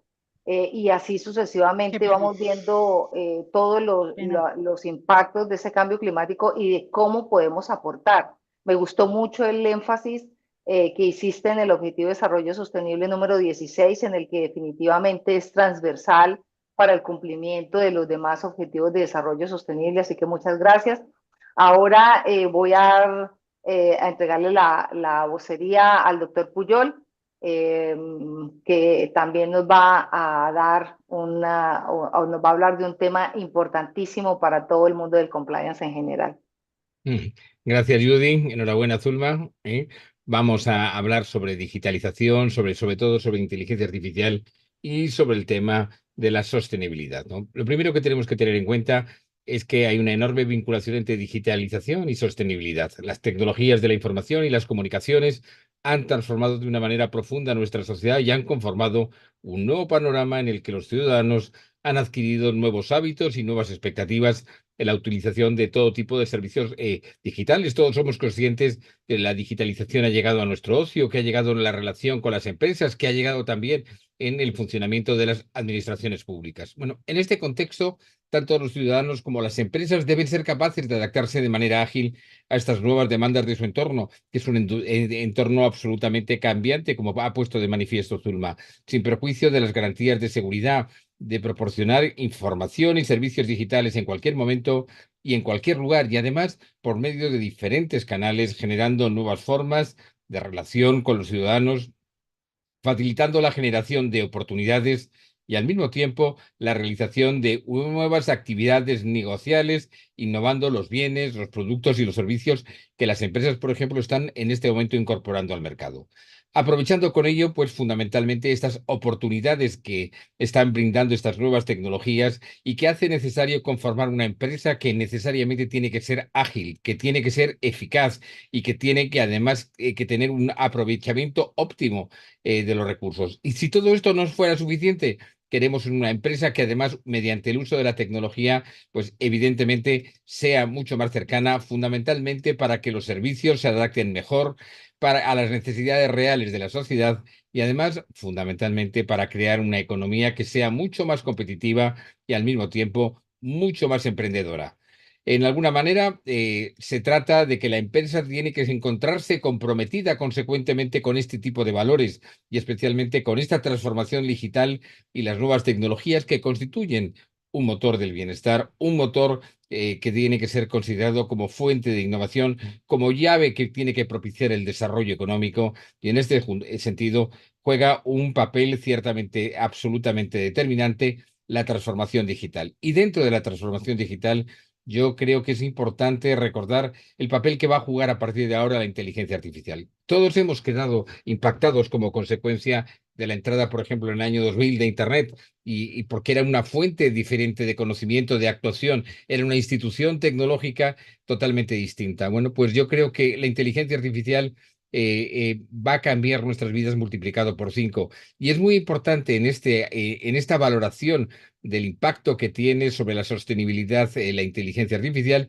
valorar, por ejemplo, los principios que conforman hoy en día la inteligencia artificial en su vinculación precisamente con la sostenibilidad.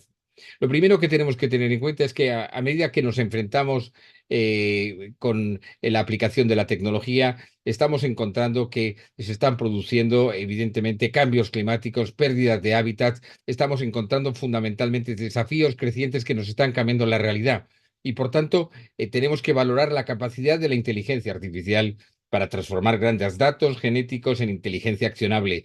Y esto es mucho más importante que nunca, desde luego proporcionando herramientas esenciales que nos garanticen la biodiversidad del planeta. Y en este sentido, pues a mí me parece que es importante llegar a importantes acuerdos, a importantes convicciones con relación a los valores éticos que tienen que presidir la aplicación y el uso de la inteligencia artificial de cara precisamente a la sostenibilidad. En este sentido, yo creo que los valores éticos en la aplicación de la inteligencia artificial son fundamentales para asegurar que el uso de esta tecnología contribuya de manera positiva a la sociedad y desde luego no genere nuevos problemas o desde luego no agrave ya los problemas existentes. Por tanto, a medida de que la inteligencia artificial se integre en áreas críticas como la gestión de recursos naturales, la conservación de la biodiversidad o la lucha contra el cambio climático, es vital considerar cuidadosamente los principios éticos que son de aplicación.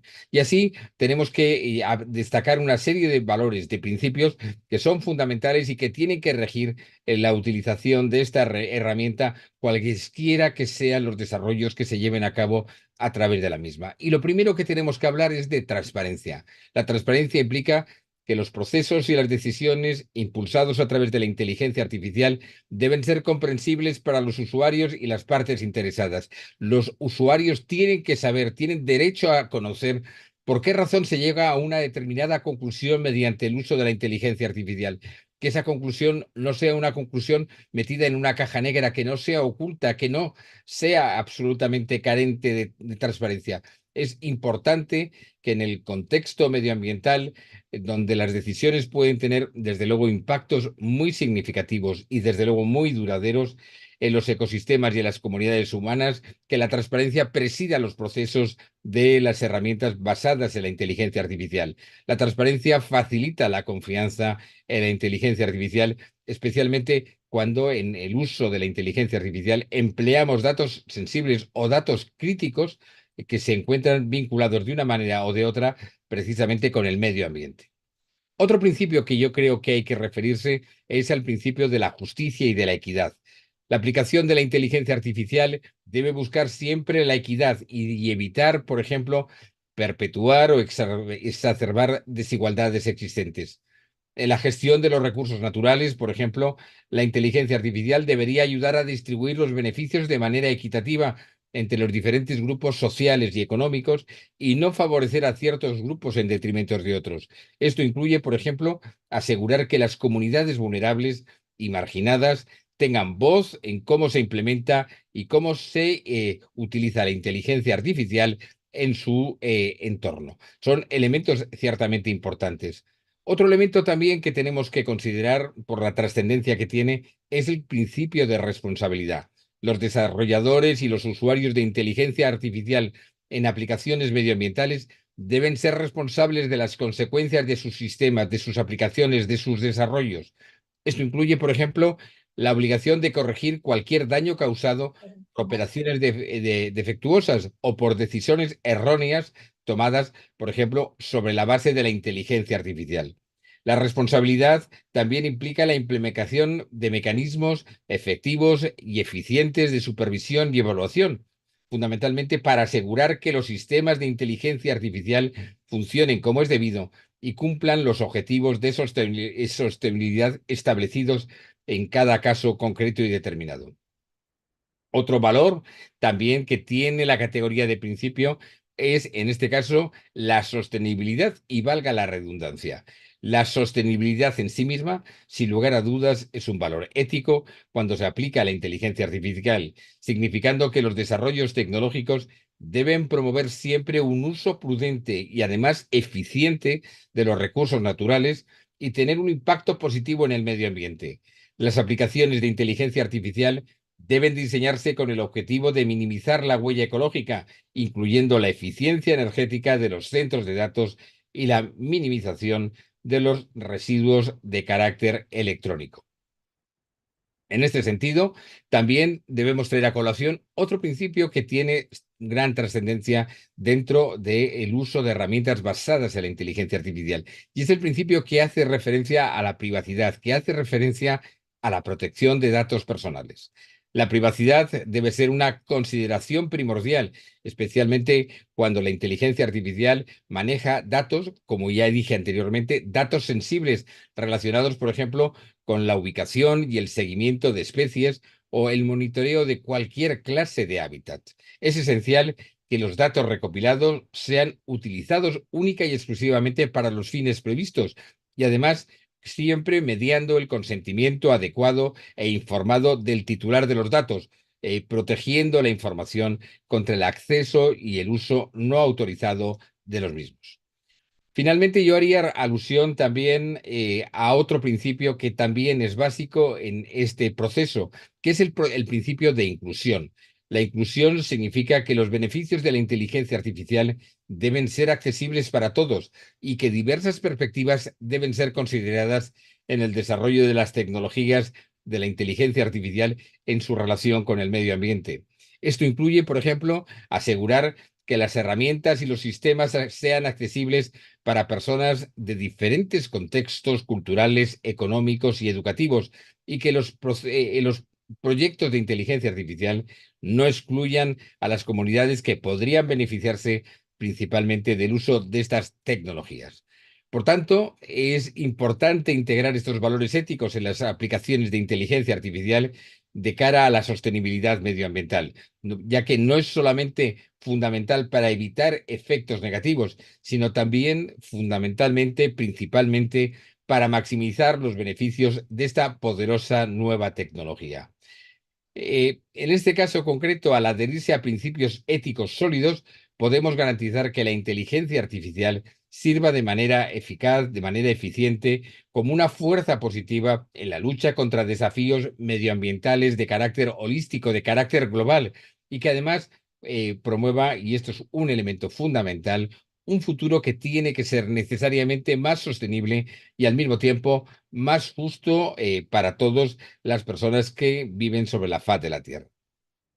Tenemos que tener en cuenta que también la inteligencia artificial constituye una herramienta fundamental para impulsar la sostenibilidad empresarial en todas sus dimensiones.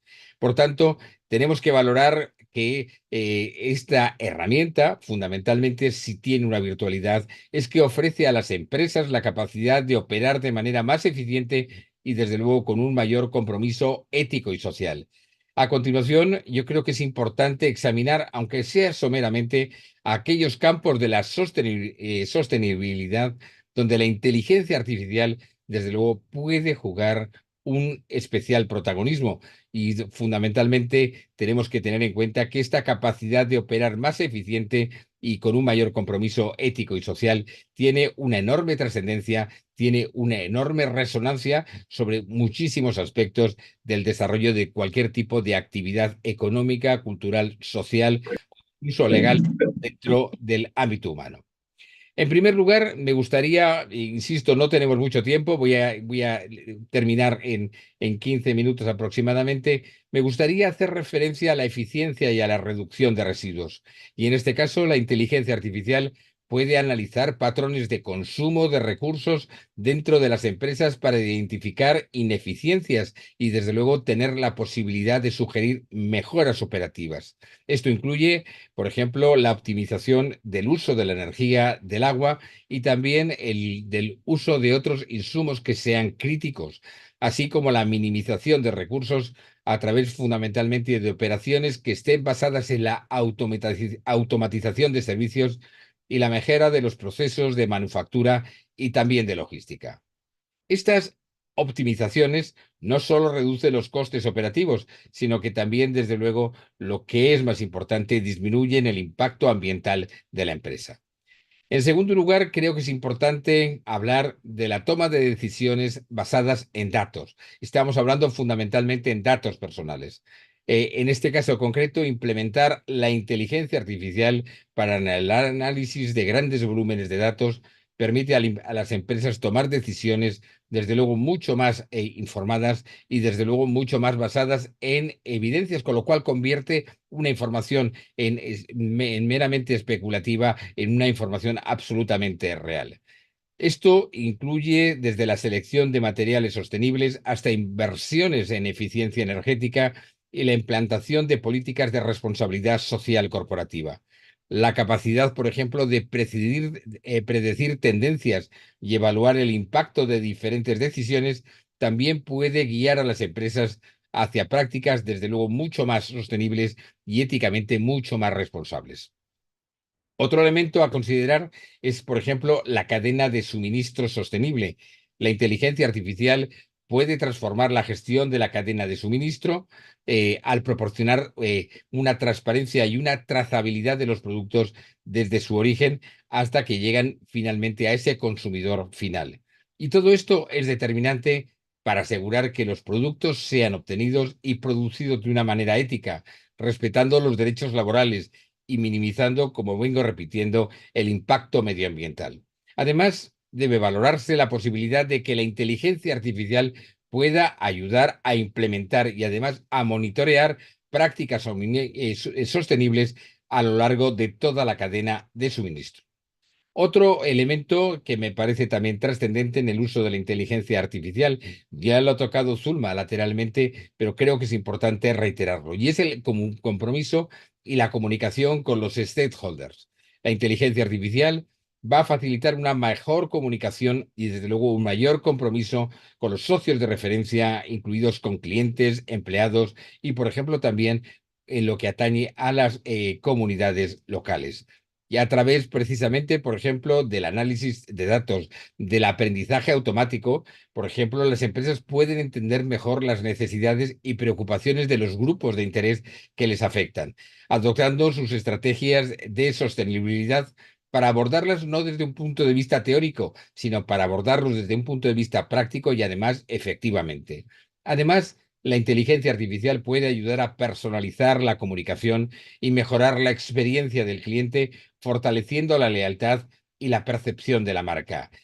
Otro elemento que me gustaría destacar es la innovación en productos y en servicios que tengan una característica, y es que sean fundamentalmente productos y servicios sostenibles. En este sentido, la inteligencia artificial estimula la innovación al permitir el desarrollo de nuevos productos y servicios que, desde luego, se van a regir por criterios estrictos de sostenibilidad. Y en este sentido, esto puede incluir desde el diseño de productos que usan menos recursos hasta servicios que incentivan prácticas sostenibles, por ejemplo, entre los consumidores. La capacidad de la inteligencia artificial para procesar y simular información compleja, desde luego puede acelerar el desarrollo de innovaciones que antes eran técnicamente inviables o, desde el punto de vista económico, absolutamente impracticables. Otro elemento también importante al que ya me he referido, pero debo insistir en ello, es el que hace referencia a la aplicación de la ética y la responsabilidad en la inteligencia artificial, que es absolutamente fundamental para que las empresas siempre se comprometan a implementar la inteligencia artificial, tanto desde el punto de vista ético como desde un punto de vista estrictamente responsable. Esto, por ejemplo, va a llevar consigo la necesidad, la exigencia de asegurar la privacidad y la seguridad de los datos, evitando fundamentalmente los llamados sesgos en los algoritmos de inteligencia artificial y garantizar que las decisiones automatizadas sean lo más justas posibles, lo más transparente que evidentemente se pueda obtener. Por tanto, estamos hablando de marcos, de adopción de marcos de gobernanza absolutamente sólidos y de principios éticos en la implementación de la inteligencia artificial que asegure que esta tecnología sea siempre utilizada de manera que respete los derechos humanos y al mismo tiempo promueva un impacto social positivo. Por todo ello, es importante señalar que la inteligencia artificial, desde luego, ofrece unas oportunidades maravillosas para avanzar en la sostenibilidad empresarial con un enfoque ético y además socialmente responsable. Al integrar en sus operaciones, las empresas no deben solamente mejorar su eficiencia y reducir su impacto ambiental, sino también, por ejemplo, fortalecer con los stakeholders y liderar en la innovación de prácticas sostenibles. Por tanto, es importante insistir mucho en la necesidad de adoptar un enfoque consciente y ético en la utilización de la inteligencia artificial para maximizar los beneficios que pueden irrogarse de la aplicación de la misma y garantizar que contribuyan de una manera más que positiva al bienestar general. Bien, yo creo que es importante seguir comentando otro tipo de cuestiones que también afectan fundamentalmente a la inteligencia artificial en su relación con la sostenibilidad. Y lo primero que me gustaría tocar es algunos dilemas éticos vinculados a la desigualdad digital en la moral de la inteligencia artificial, que se centran en cómo la tecnología puede amplificar o mitigar las disparidades existentes en la sociedad. Y en este sentido, me gustaría poner un ejemplo práctico vinculado a la Ley 3/2018 de 5 de diciembre, donde se regula la protección de datos personales y las garantías de los derechos digitales. En esta ley, evidentemente, al comentar los derechos digitales, se hablan de evidentemente, de tres sesgos o discriminaciones o brechas que se producen en la sociedad como consecuencia del uso de la tecnología. Y se habla fundamentalmente, en primer lugar, de una brecha por razón de género, donde se determina, desgraciadamente, que todavía la mujer está utilizando menos las nuevas tecnologías que los hombres. Y esto es enormemente importante, aunque se está haciendo un enorme esfuerzo por mitigar estas diferencias y los últimos datos, las últimas métricas, nos dicen que efectivamente se está reduciendo el margen de esta brecha entre hombres y mujeres. La segunda brecha que encontramos es una brecha por razón de la edad entre los analfabetos digitales, que son las personas mayores, y los nativos digitales, que son la gente joven que ha nacido ya en el mundo de la tecnología. Y esto verdaderamente está generando enormes diferencias entre los seres humanos, aquel que tiene acceso a la tecnología y aquel que no es capaz de incorporarse precisamente al uso de la tecnología. Hay una tercera brecha muy comentada también, que es aquella que se produce entre el medio rural y el medio urbano, al cual yo incorporaría incluso el medio marítimo, que también sufre precisamente de cierta desatención. Bueno, pues es evidente que aquella persona que reside en un núcleo urbano tiene más capacidad de acceso a la tecnología que aquella persona que vive en el núcleo rural y que, por tanto, puede disfrutar mucho menos de elementos tecnológicos, por ejemplo, para el ejercicio de sus funciones. Bueno, pues más allá de todo esto, a través de la inteligencia artificial, desde el punto de vista de la sostenibilidad, se está abriendo una cuarta brecha fundamental que tenemos que tener en cuenta, que es aquellas personas que tienen acceso a la inteligencia artificial, de aquellas personas que no conocen la inteligencia artificial porque no tienen medios adecuados precisamente pues para utilizarlos, como aquellas que por su ausencia de conocimiento tecnológico es evidente que tampoco puede utilizar la tecnología basada en la inteligencia artificial. Todo esto nos lleva a la conclusión de que probablemente la inteligencia artificial sea un factor enormemente desigualitario en nuestra sociedad, que puede generar una quiebra precisamente de la sostenibilidad como consecuencia de las diferencias de conocimiento, de acceso y de medios con relación a la utilización de esta nueva tecnología. Tenemos que valorar que a medida que la inteligencia artificial se integra en aspectos de la vida cotidiana, el acceso como desigual a estas tecnologías puede llevar, desde luego, en una profundización muy importante en la existencia de brechas de carácter socioeconómico.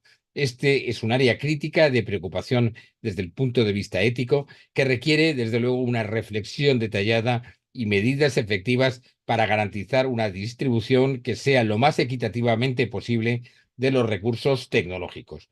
A continuación, por ejemplo, me gustaría examinar algunos de los principales dilemas morales que debemos tener en consideración en el examen de la interrelación de la inteligencia artificial con la sostenibilidad. Y lo primero, yo creo que tenemos que hacer referencia simplemente por coherencia a lo que ya he explicado, es el acceso a la tecnología.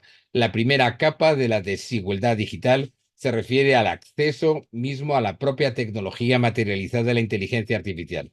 No todas las personas o comunidades tienen el mismo acceso a Internet, a dispositivos inteligentes y a tecnologías avanzadas basadas principalmente en el uso de la inteligencia artificial. Y aquí nos encontramos con un desafío ético, y es que tenemos que asegurar que las tecnologías de la inteligencia artificial sean accesibles para una amplia gama de poblaciones, especialmente en aquellas regiones que se encuentren menos desarrolladas o precisamente para grupos que se encuentren desfavorecidos. Y aquí surge el primer dilema moral, y es plantearnos si efectivamente es justo que ciertas partes de la población se beneficien de los avances derivados de la inteligencia artificial, mientras que otros se queden literalmente atrás por múltiples razones.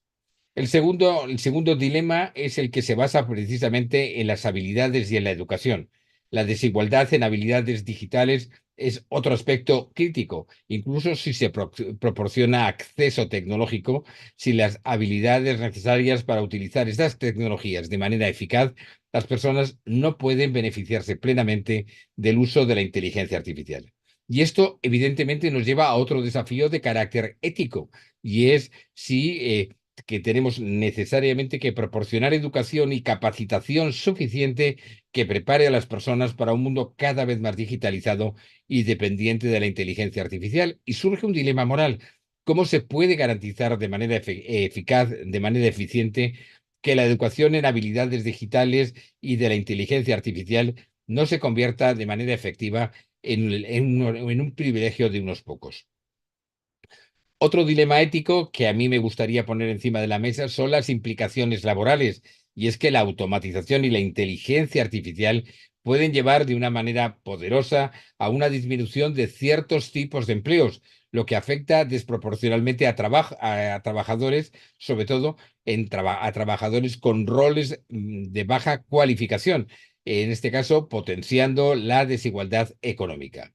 Y aquí nos volvemos a encontrar con un desafío ético, y es que tenemos la obligación de desarrollar políticas que mitiguen el impacto negativo de la inteligencia artificial en el empleo, y al mismo tiempo que promuevan una transición justa para los trabajadores afectados. Y a su vez, este desafío ético nos lleva directamente a un dilema de carácter moral, y es plantearnos si es ético avanzar en tecnologías que sabemos que podrían desplazar a grandes segmentos de la fuerza laboral y no hagamos absolutamente nada. Querría terminar mi intervención fundamentalmente hablando del sesgo en la inteligencia artificial, ya que el sesgo en los sistemas de inteligencia artificial resulta a menudo de un entrenamiento con datos que no son representativos de la información que tiene que tener precisamente esa herramienta de inteligencia artificial. Y esto puede llevar un efecto perverso, un efecto nocivo, y es perpetuar e incluso agravar la discriminación, pero también la desigualdad en el tratamiento de diferentes grupos de carácter demográfico. En este caso, el desafío ético ante el cual nos encontramos es que tenemos que implementar prácticas de diseño y desarrollo desde el primer momento en la construcción de una herramienta basada en la inteligencia artificial que aseguren que los sistemas basados en dicha tecnología sean esencialmente justos y que no tengan un carácter discriminatorio. Y evidentemente, del punto de vista moral, lo que nos encontramos es que tenemos que cuestionarnos cómo asegurar de que la inteligencia artificial, por ejemplo, no refuerce prejuicios históricos contra grupos y contra sectores de la población que por sus propias características se encuentran absolutamente desfavorecidos. Todo esto nos lleva a pensar en positivo con todo y buscar sobre todo soluciones que sean razonables, que sean adecuadas, que en alguna manera potencien el desarrollo de la inteligencia artificial, pero que también potencie el desarrollo de los grupos humanos integrados en las diferentes sociedades. Y por tanto, una primera propuesta, sin lugar a dudas, tiene que ser la inversión en infraestructura, invertir en infraestructuras de carácter digital, en áreas desatendidas para el mejor acceso a tecnologías avanzadas, el llevar a cabo una educación inclusiva, desarrollando programas educativos que estén accesibles a todos los segmentos de la sociedad, enfocándose en habilidades digitales y también de inteligencia artificial, en desarrollar políticas que se basen fundamentalmente en la equidad en inteligencia artificial y lo que lleva consigo crear y aplicar políticas que requieran la evaluación del impacto social de la inteligencia artificial, asegurando que se considere la equidad, por ejemplo, en el desarrollo de los sistemas. Y yo, por último, destacaría la necesidad de que exista soportes de transición laboral y a través de los cuales proporcionemos una especie de soporte o de reentrenamiento y seguros de desempleo mejorado para trabajadores desplazados por tecnologías automatizadas. La inteligencia artificial evidentemente nos va a proporcionar muchas ventajas, pero también lleva consigo costes y riesgos importantes dentro de nuestra sociedad que pueden afectar a la sostenibilidad del empleo y a la sostenibilidad del desarrollo de las colectividades humanas. Por eso yo creo que es importante, evidentemente, valorar desde el punto de vista ético las circunstancias en las cuales existen dilemas éticos que pueden afectar al desarrollo de la inteligencia artificial, pero también cuestiones morales que nos obligan al conjunto de la sociedad a reaccionar y a proporcionar aquellos medios para que las brechas entre grupos sociales evidentemente no se acrecienten como consecuencia del empleo de tecnologías que pueden ser excluyentes de una gran masa de población dentro de las diferentes sociedades mundiales. Y con esto termino mi intervención. Ya, pues Javier, de verdad que muchas gracias. Escucharte, realmente no sé, la verdad es que no sé si, eh, o sea, deja una gran alegría, digamos, y un gran beneficio importante de la inteligencia artificial, pero por otra parte un gran sinsabor, pues por todas las brechas que mencionas y que efectivamente existen en la aplicación de la inteligencia artificial o el acceso al desarrollo y a los beneficios que trae estas nuevas tecnologías. Pues de verdad que muchas gracias por compartir toda esta valiosa información sobre la sostenibilidad, Zulma, sobre el compliance, sobre el papel de la inteligencia artificial en estos ámbitos. Nos llegaron, hay varias preguntas, sin embargo, pues ya algunas de ellas las han desarrollado en las presentaciones, así que no las vamos a formular. Sin embargo, sí me gustaría que por favor nos dieran un mensaje final sobre los temas que han desarrollado. Zulma, por favor. Nada, yo animarlos, aunque estéis en áreas de compliance, que trabajéis con las áreas de sostenibilidad, que y si en vuestras empresas no se trabaja la sostenibilidad, que seáis vosotros los que iniciéis este camino de la sostenibilidad, porque ya en muchas empresas, muchas veces también los responsables de compliance están trabajando también en temas de sostenibilidad. Entonces, los animo a eso, a que propiciéis, que impulséis la sostenibilidad en vuestras organizaciones y mucho ánimo con el compliance, porque también tenéis mucho trabajo. Así que nada, felicitarte nuevamente por este espacio y adelante que tenemos mucho trabajo por hacer. Y si nos puedes contar un poco sobre el máster. Vale, bueno, mi máster es el máster de sostenibilidad de la Universidad Complutense, no sé si lo conocéis, es una universidad de 500 años, 5 premios Nobel, bueno, es una de las universidades más importantes de España. Nuestro máster es semipresencial, sobre todo pensado para alumnos que están fuera de Madrid. Lo podéis cursar de manera en streaming, tenemos clases, un máster muy intenso, trabajamos con proyectos reales de grandes empresas españolas y latinoamericanas. Se trabaja mucho, pero se aprende mucho. Entonces, os animo también a que si queréis podéis buscar Máster Sostenibilidad ESG de la Universidad Complutense y ahí tenéis toda la información. Excelente, muchas gracias.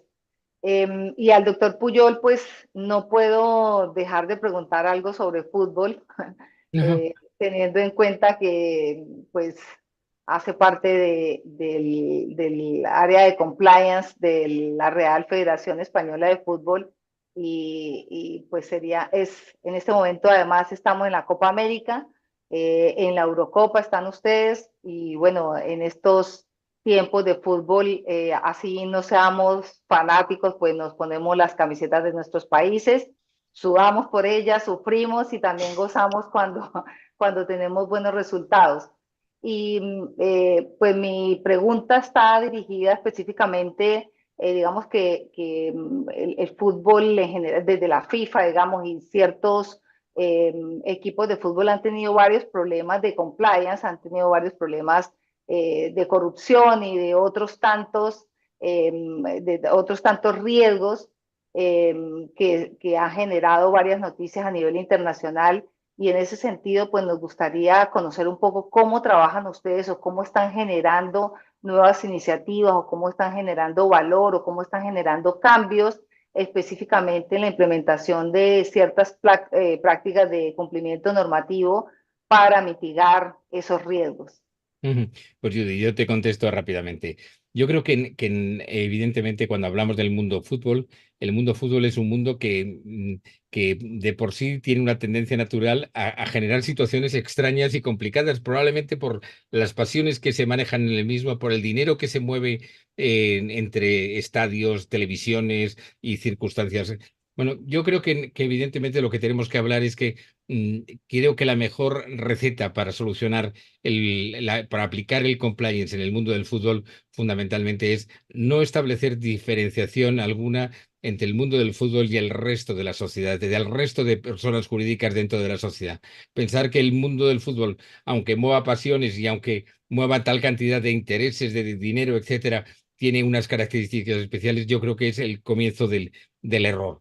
En este caso, lo que yo plantearía desde luego y lo que estoy planteando es tolerancia cero ante la corrupción, tolerancia cero ante la quiebra de valores, tolerancia cero ante actuaciones absolutamente arbitrarias e injustificadas.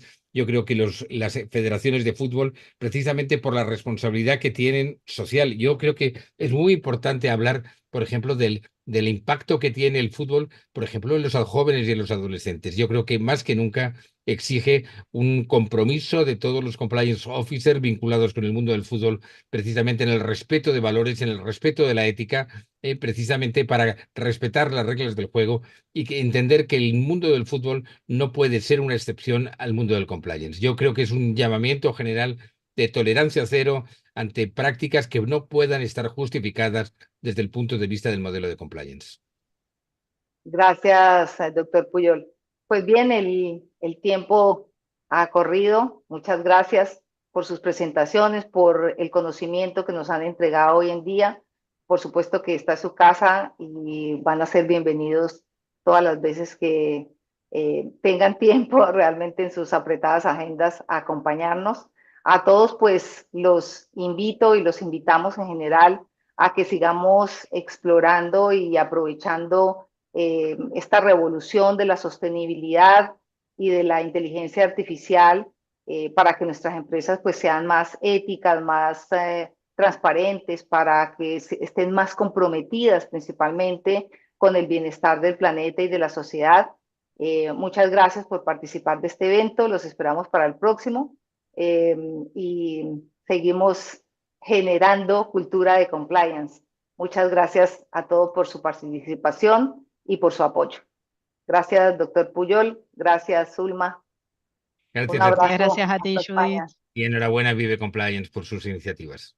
Muchas gracias, doctor Puyol. Muchas gracias, Judith. Muchas gracias a todos los asistentes también porque estuvieron estoicamente ahí escuchando. Sí, además ustedes ven en los comentarios las felicitaciones y los aplausos que les envían, así que Sí, que sabemos que es buena mucha motivación. información, por lo menos en mi parte, sé que es demasiada información, pero es muy poquito el tiempo que tengo y me encantan mis temas. O sea que muchísimas gracias también a ellos que estuvieron ahí, ¿no? Gracias, gracias a todos.